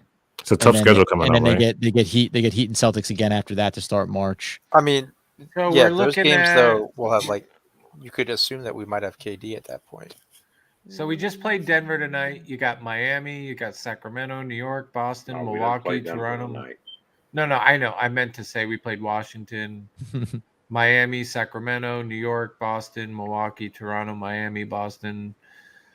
Yeah, damn, we played New York a ton before the year's out. Damn, I kind of like that. Hopefully we get We only played healthier. them once. Damn, that's nice. Oh, we got Cleveland in there, Indiana, whatever, Detroit, whatever, Charlotte, Miami a couple more times. So this schedule put it is this way. actually not updated. We play against Miami on February 12th, then Okay. Sacramento, then the Knicks, then the Wizards the day after, and then the Ooh. All-Star break kicks in. Damn. Yeah. You want to look at like just in general terms, because you try to go as far down as you can before you think it's like crunch time. You look at the ultimate back end of this schedule, starting on March 27th, Charlotte, Detroit at home. You get the Bucks. Atlanta's been playing better, but then the last four games of the season, I mean, all these games are going to matter. Houston, Knicks, Cleveland, Pacers. Yeah. So you're talking about 1, 2, 3, 4, at least 5 out of the last 8. You're calling all, quote unquote, automatic wins. And if you're talking about having obviously Kevin Durant back out there, and that's what this comes down to. Even pre-trade, the idea was get back Kevin Durant healthy and look at the last 10 to 12 games of the season and say these games are the ones where we push to establish ourselves and find our rhythm. Now it looks different integrating new pieces, but it's still going to be the same kind of agenda. But just like looking at it now, though, this is not like It's a tough schedule. this gonna is be tough, tough. dude. Well, by Like the when way- you actually look at this and you like see the amount of games that are left, you look at the type of opponents you're going to have, and we still don't know exactly what day KD's coming back, right? You don't know if Joe Harris is coming back. You don't know when LaMarcus is coming back. You don't know when Ben Simmons is going to be instituted in the starting lineup. And you could arguably go all of March waiting for Kyrie to play home games. And then you just have April, and then bam, you have the playoffs. Like there's some problems here. Well, it's funny too, because Doug had said this is going back a ways, and he was making a very just clear point. There was a time pre all this stuff early in the season when you said there's a 0% chance that the Nets would miss the playoffs, right? That was all an established thing. Yeah. And Doug tried to make this point that fans had a hard time wrapping their head around. All Doug was saying was it's no longer a 0%. And this is going back weeks, just to say, doesn't mean they're going to. But when you look at contending teams before they hit this slide, every true contending team in the NBA lives around a 97, 98% chance to make the playoffs. The Nets were at 92. Then they were down to 85. Now they're in the low 80s somewhere. I don't even know where it is right now. You can go on 538 has the updated stats on that. But like that was just the reality. And that was when he brought that up. I pushed back and said, listen, take a look at the injury for Kevin Durant. I can't remember the exact date that I said he'll come back on this date if we assume. And I gave him, I think, an extra 2 weeks on that. I said, okay, fine. Do we think that the Nets could go around 500 in his absence? I made that statement with Harden and you know, and Kyrie with just on road games and everything else somewhat confidently. And then they went and lost 10 games in a row. And Like, you now know what I mean? now we're about to hit 11 games. Yeah. Right. So it changed all of a sudden. It changes that dynamic. Now I still don't think they're in a problem, but to the point, you're still going to go to the back end of the schedule and say the last 12 games are going to be about, again, and this is the unfortunate part. If you think long term and the lift that KD tried to do last playoffs and how it, you know, just ran out on them, right? They could have to do the same kind of surge if they're concerned about either securing a spot or a specific seeding. And I think seeding's clearly at the door at this point. But if they have to really push at the back end of the year, that's going to affect what the results are. If not the first round, the second round. You know, it's a cumulative effect there. But listen, you live with it though. You have to live with the results at this point. Yeah, I know, I agree. But the ultimate. I just can't get it out of my head. Kyrie Irving is that X factor to how well this goes. It really is. It really, I mean, because he can become the nullifier. If you can get this man playing home games, it just becomes, and you've already, like, you know, because I do think you have enough time to get like Curry and Drummond kind of like on an idea of what things are going. I still think you could get Ben Simmons hopefully on some level of It'll be like there, a week. Like a week, you know, like days. So it just what really was the injury date for Kevin Durant? After the All-Star break, but no guarantee. Yeah, no. But what was his start? What was the start of his injury date when they set out that 4 to 8 week timeline? When did he get injured? Fell into him. whatever day Bruce. I get why people don't like Bruce anymore. Yo, they hated Bruce after that, yo. But because the point being is like not to put I'm pushing back on it, but remember what Kevin Durant did with a bunch of rookies when it was just him. So like when you say that Kyrie is the key to all of it, Kevin Durant's the key to all of it. So it was about 3 weeks ago, right? 3 to 4 weeks ago that he got hurt. January 16th. Oh, some of the chat just said January 16th. Yeah, okay, I was just so January 16th, so. right? So you're going February 16th is a month. You go. Well, they said 4 to 6 weeks at January 16th. We are on week 3, so potentially we have 3 more weeks of this guy, depending on the evaluation. So this is kind of how at the time before the Nets got all sloppy. I remember saying, like, give it all the way until mid-March. Like, let's just say it comes back around or the Orlando game, March 15th. So that's going to leave you with 3, 6, 9, 12, 14 games. 14 games out of which you probably would pluck, say, 6. You can knock down for automatic wins just based on who you're playing against. Oh, I don't believe in automatic wins with this team anymore this year. No matter I believe him with Kevin Durant. Kevin Durant's here, but that's yeah. So I'm saying him, I don't believe in any automatic mid-March wins. is giving him an extra 2 weeks on what, even though the Nets are terrible with this stuff intentionally around injuries, but that gives him an extra 2 weeks on what is regarded as a somewhat, you know, benign injury. It just needs recovery time. It's not something that can get worse, or it's not a piece of bone floating around your ankle like Joe Harris, right? Yeah. So chances are you're going to have somewhere between 14 to 17, 18 games of Kevin Durant, road games with Kyrie, and again, and Ben Simmons, who will get his legs underneath him here, hopefully. It's still a 0-sum game. I think this is what we're talking about. This whole thing is what really took the wind out of my sails earlier after making this trade. Yeah, I thought you were done, man. I thought you were just going to bail. I thought you were going to shut down. I was bummed, dude, because it just it set in. It set in like, yo, I'm super, like, the adrenaline of like the trade wore off, and I just started thinking ahead of like, yo, we got to deal with this. This has got to happen. We still got to wait till this time. It could potentially be this long. We're still waiting for Kyrie home. Like, it just, all these things started like, how can we make this work? How can we still win it this year? And it just, some reality set in, when people are like, oh, you sound defeated. No, it's not I'm defeated about the trade, bro. I'm excited about the trade. I think it's good for us. Like, but yeah. Woo. Yeah. All right, y'all. All right. We're gonna get out of here. Get out of here. We're gonna make sure you guys subscribe a lot. Did you hit 1K yet, Adam? Oh, we did. I got the text. Oh, you did? Oh, okay. I was gonna say, make sure to subscribe. Get Adam to 1K. Yes. I think he's at 1K right now.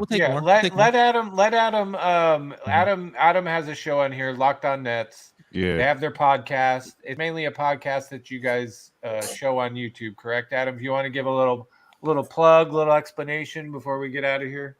Oh, sure. It's a big old show. No, we do it 5 days a week, so you can get it Monday through Friday on YouTube. Every episode streams up there. It goes up midnight. We cover right after the post game, so they go up at midnight after every single game. Sometimes even a little bit earlier on the other days. You can follow at Doug Nori on Twitter. Follow me at Adam Armbrecht. Follow at Locked On Nets. Subscribe. I mean, all these guys that are in here and doing this Nets Kingdom piece is absolutely awesome, man. And I really have enjoyed the spaces and the way you guys bring together legitimate fans that want to have nuanced conversations, Jay from BK and everybody else. And we try to do the same, we approach analyzing the Nets in the same way. We try to be nuanced, try to be even tempered. We try not to, fly off the handle. You guys are so good with the analytics, bro. Like I said, like I listen to you guys on Apple Podcasts, like when I'm out and I'm driving around and stuff like that. Like you guys are so good with the analytics and like analyzing the specifics and everything.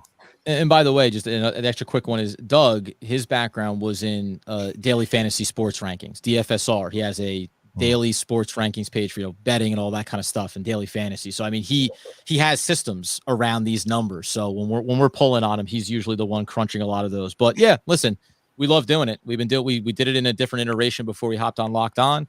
And we're gonna keep doing the damn thing, and I'll keep coming on here as long as I have enough graphics and I keep getting invited. Oh yeah, of course. So we might have to hire you, bro. Every time you come on, we'll be talking. No, hey, and seriously, like I kind of really like I saw Locked On Nets, but when Adam started hopping in those spaces and just talking to him more and more, you could just tell the guy loves the game. He loves talking basketball. He's got good, smart awareness of basketball and how things work. Shout out to Jay and Brandon run their spaces. We've been OD on spaces. We've been going crazy on space. The last couple of days, it's just been constant spaces. There's some takes in spaces, man. Yeah, the spaces are crazy. Shout out to you on Twitter spaces, yo. Hey, I'm not gonna lie. Juvon Carter will be in the next spaces. I ain't Twitter. Don't let Julian get on Twitter, boy. He might make an appearance. He might be there. I don't know. You about to enter the Twitter world. Jay, you got last words, Jay? Relax. He's back to that. It's a new season. We got Katie. It technically is a new season, like a new roster, man. Yeah. It's a new season. It's funny how Blake said what he said, and they gave mature answers. When they can just be dirty about it and say what all he's done. So we got people who want to be here, praying that Ben is mentally healthy. Look forward to seeing him on the court and also seeing him at the Clays, because if he's with the team in Miami, that means he's going to be with the team in Brooklyn. Yeah. And when he walks out, they're gonna go crazy for him on Monday. Yeah. And it's Valentine's Day. They're gonna love on that man. Yeah. And engaged? No, they're gonna catch him like it, man. Oh shit, I'm gonna be at that game actually. Yo, for real. My son actually, he's been asking me for days. Have we traded for Blake? Have we traded for Ben Simmons yet? Have we traded for Ben Simmons yet? So when I picked him up this afternoon, he was just so happy. So happy that we traded for Ben. And I know I've gone long, but let me just give a quick story on that. My son has noticed, and he's 9. I'm talking about my 9-year-old son. He's noticed, because he plays ball, he's noticed the effort level that James has been giving. And he knows it's unacceptable when he plays ball to give that effort level. So one of the comments that he made on Tuesday at the game, when he came, he was like, why does he look like that? Because like his attitude and his posture when he was on the bench was just wrong. And a 9-year-old can pick up on that. How you think the adults feel? Yeah, it was so obvious. I mean, she's a terrible ass. Hey, Jay, you when you gonna get that kid a Ben Simmons Nets jersey? So how long is it gonna take? Probably, potentially Monday. We'll see. Yo, it's gonna be so electric because Ben just brings that electric, the dunks and then the fast breaks. It's gonna be electric, man. They're gonna love him, man. Yeah, man. Leb, you last words, Leb? Playboy Simmons. Yeah, Playboy Simmons. Yeah, I'm actually gonna be at the game Monday. I'm excited for that. So I'm gonna see Ben. That's gonna be pretty cool. See Drummond and Seth Curry out there on the floor. That'd be pretty cool as well. I don't know why, but I have like an irrational hope for Saturday. like I know I really know I shouldn't, but I have this weird feeling that Andre Drummond is just gonna come out and kick ass against the Heat. Like I don't know why. Kareem Abdul. Kareem.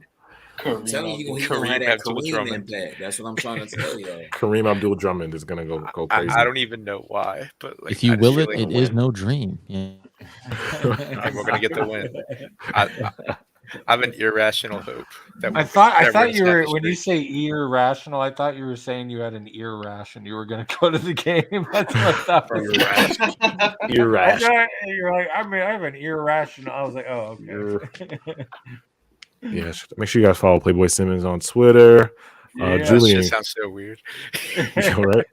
That's like we're giving out like his stage name because he's like a male dancer. If you guys want to follow Playboy Simmons, he'll be dancing at your local club on Thursday. Oh, wow!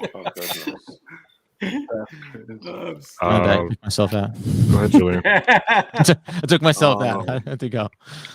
Pull up next stream. Shout out to Webb and Wadham. And James Harden is 32, going to be 33 this year. He's not going to win anything. He's trash. And if Kyrie comes back, we win the championship. All right, that's it. Nice last words, bro. Chubbs. Honestly, about James, there's nothing to say now that I haven't already said on previous streams. James Harden unfortunately proved his haters right. Like, he's a quitter. He's a snake. Like, I guess now that he's gone, he's fat. Like, he just left this team on such a sour note. And honestly, March 10th is gonna be if we're fully healthy too, March 10th will be definitely an interesting movie. It'll be an interesting movie. You're not gonna tell him what you told me? What? You said you wanted to get Bismack Biyombo. No, I didn't. What? Man, you should have left in the buyout. You get Bismack Biyombo in the buyout. That's what he wanted. That's what he told me. Hell no. Under that, no. Sorry, bro. He capping. He ashamed. I'm falling for tampering. You're trying to slam my name. He's tampering charges. Tampering for Biyombo. That's it. Listen, we knew it was gonna happen. Oh man. So yeah, I got a Harden jersey to give away if anybody wants it. Damn, y'all got Harden jerseys. R.I.P. Yeah, I got it. It was in the I didn't get one. Hey, remember when you cut up your T-shirts for rags that you need to write? Like, you just might just do that, bro. Just save it. That's a mean eBay ad. Y'all better put that shit on eBay. Put that shit on Buy It Now. Yeah, put that on eBay, bro. $40, free shipping. That shit gonna get bought. There's probably gonna be a Harden fan out there that's gonna buy that. Yeah. Or give it to somebody on the street that's walking around, that lives on the street, that's not wearing a T-shirt. Homeless. This would be the perfect time to just give it to somebody, bro. I got a homie that's a Sixers fan. I'm about to give it to him just so I can see him wearing a Nets jersey around. And charge him too. There's a lot of things happening this weekend. Like, if you're not comfortable watching the game, just watch. I think the Super Bowl is happening. Yeah, just put your energy towards that. What else? Is the Izzy fight this weekend or next week? Yes, sir. Oh my God, bro, I forgot about that. Oh shit. Yeah. I might check that out. We in there. Oh my God, we in there. I might check that over the fucking game, but which game? Might the fuck? The Super Bowl is this weekend. Oh, fuck Sunday. Fuck that weak ass Super Bowl. It's chill, bro. Adesanya. What? What? Don't disrespect Joe Shiesty like that, Man, bro. that's Izzy. That's the Nigerian Bruce Lee. Fuck a Super Bowl. Nah, Julian, you gotta some damn Super Bowl. But Julian, you gotta understand. I need Joe Shiesty to win. So, like, as a Jets fan, wait, who's playing? See, I'm trash, y'all. Who's playing? I don't even know who playing. I'm trash. So it's the Bengals and the Rams, but I need the Bengals to win. So, like, by logic, the Jets beat the champions. Like, logic. No, that works. That is sound logic. Yeah, that is. Yeah. That So works. I'm a Joe Shiesty fan on Sunday. And I'll go shameless just one last time here. I also do a Giants podcast. One Giants. Oh, that's right. If you're a Giants fan, tune in. Locked On Giants? Why on my own network? You got to go over. Oh, my bad. No, me and my buddy do it. One Giant podcast. It's an independent. We're running it though. One Giant, my fault, bro. Someone say use the Harden jersey as a mop for your toilet. I'm weak. Nah, Isaac, that's funny. Oh, nah, for your toilet. Use that shit to wipe my sweat. Like when your dog makes a mess on the carpet, you just where's my Harden jersey? I gotta grab get your Harden jersey. It's like yeah. Y'all find a way to use those Harden jerseys. Y'all better go watch that motherfucking African Bruce Lee. That's all I gotta say. That boy finna. What do you mean no? I didn't even say no. My God. All right. Make sure you guys hit that like button. Did we give our last words? I don't even know. Did we? You go ahead. You go say your last words. I know I sound defeated. It's probably because I'm exhausted. I'm gonna just sleep in for 7 hours tomorrow extra. With a lot of work to be done. I'm excited to see how this plays out. Definitely think there's things to look forward to. It's nice to get a couple reinforcements coming for the Heat game. It'll be nice to see how Curry gets out there. It'll be nice to see what Rage's favorite center does for us. It'll be nice. I don't know. I'm excited. I think after tomorrow I think I might purposely try to stay off Spaces tomorrow so I can just process. How many days has it been since you've gone a full day without being on a space?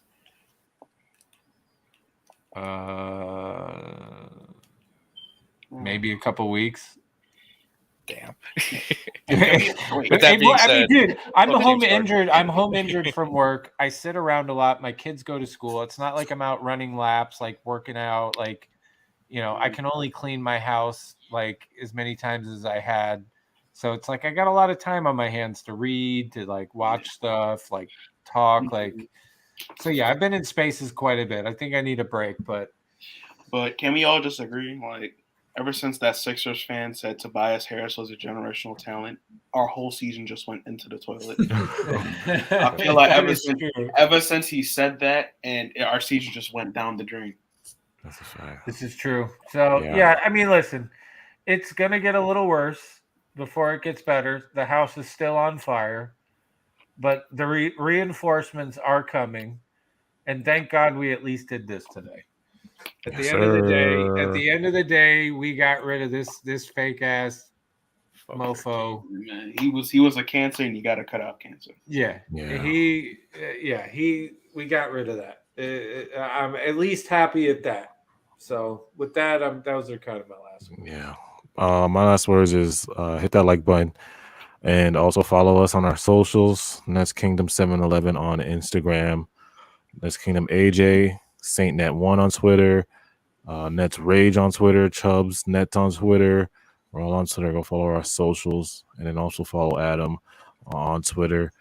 And yeah, like I said, I might take a break too, because like I said, I didn't realize how connected I was like to the Nets, like emotionally connected, because like the last couple of days, like I was depressed, I was nervous, I went through so many emotions. Like some nights I couldn't sleep. I'm like just thinking about like what we're gonna do with the trade deadline, bro. Like I was like, damn, like I couldn't even like, you know what I'm saying? It was tough with going through this trade deadline, bro.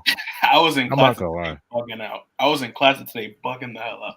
Like Bruh. every minute, I'm checking my phone. It was crazy. Yeah, I'm bro. not gonna know, lie. yeah. I canceled one of my like dentist appointments because the information dropped right as it was going on. I called up. I'm like, I think I have COVID. I have to take a test. I can't come in. They're like, oh. Well, that's right. You showed up. Yeah, you showed up for the live stream.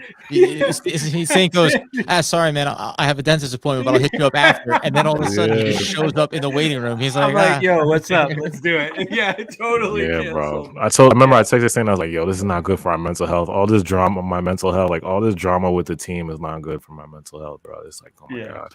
Every day is something new. Like, I'm like, come on. Oh, yeah, I'll be okay now. Thank you guys. Yeah, make sure you guys hit that like button. Appreciate everybody coming now. AJ, love y'all. Yep. you always got the streets, so you'll be all right. The streets. You Yeah. always got the streets. Always gonna be there for you. Huh? I'm gonna go back to the streets this weekend, man. I'm gonna go back to the streets. We know. Yeah. All right, Hardy y'all, jersey we're waiting for closing you. it out. All right.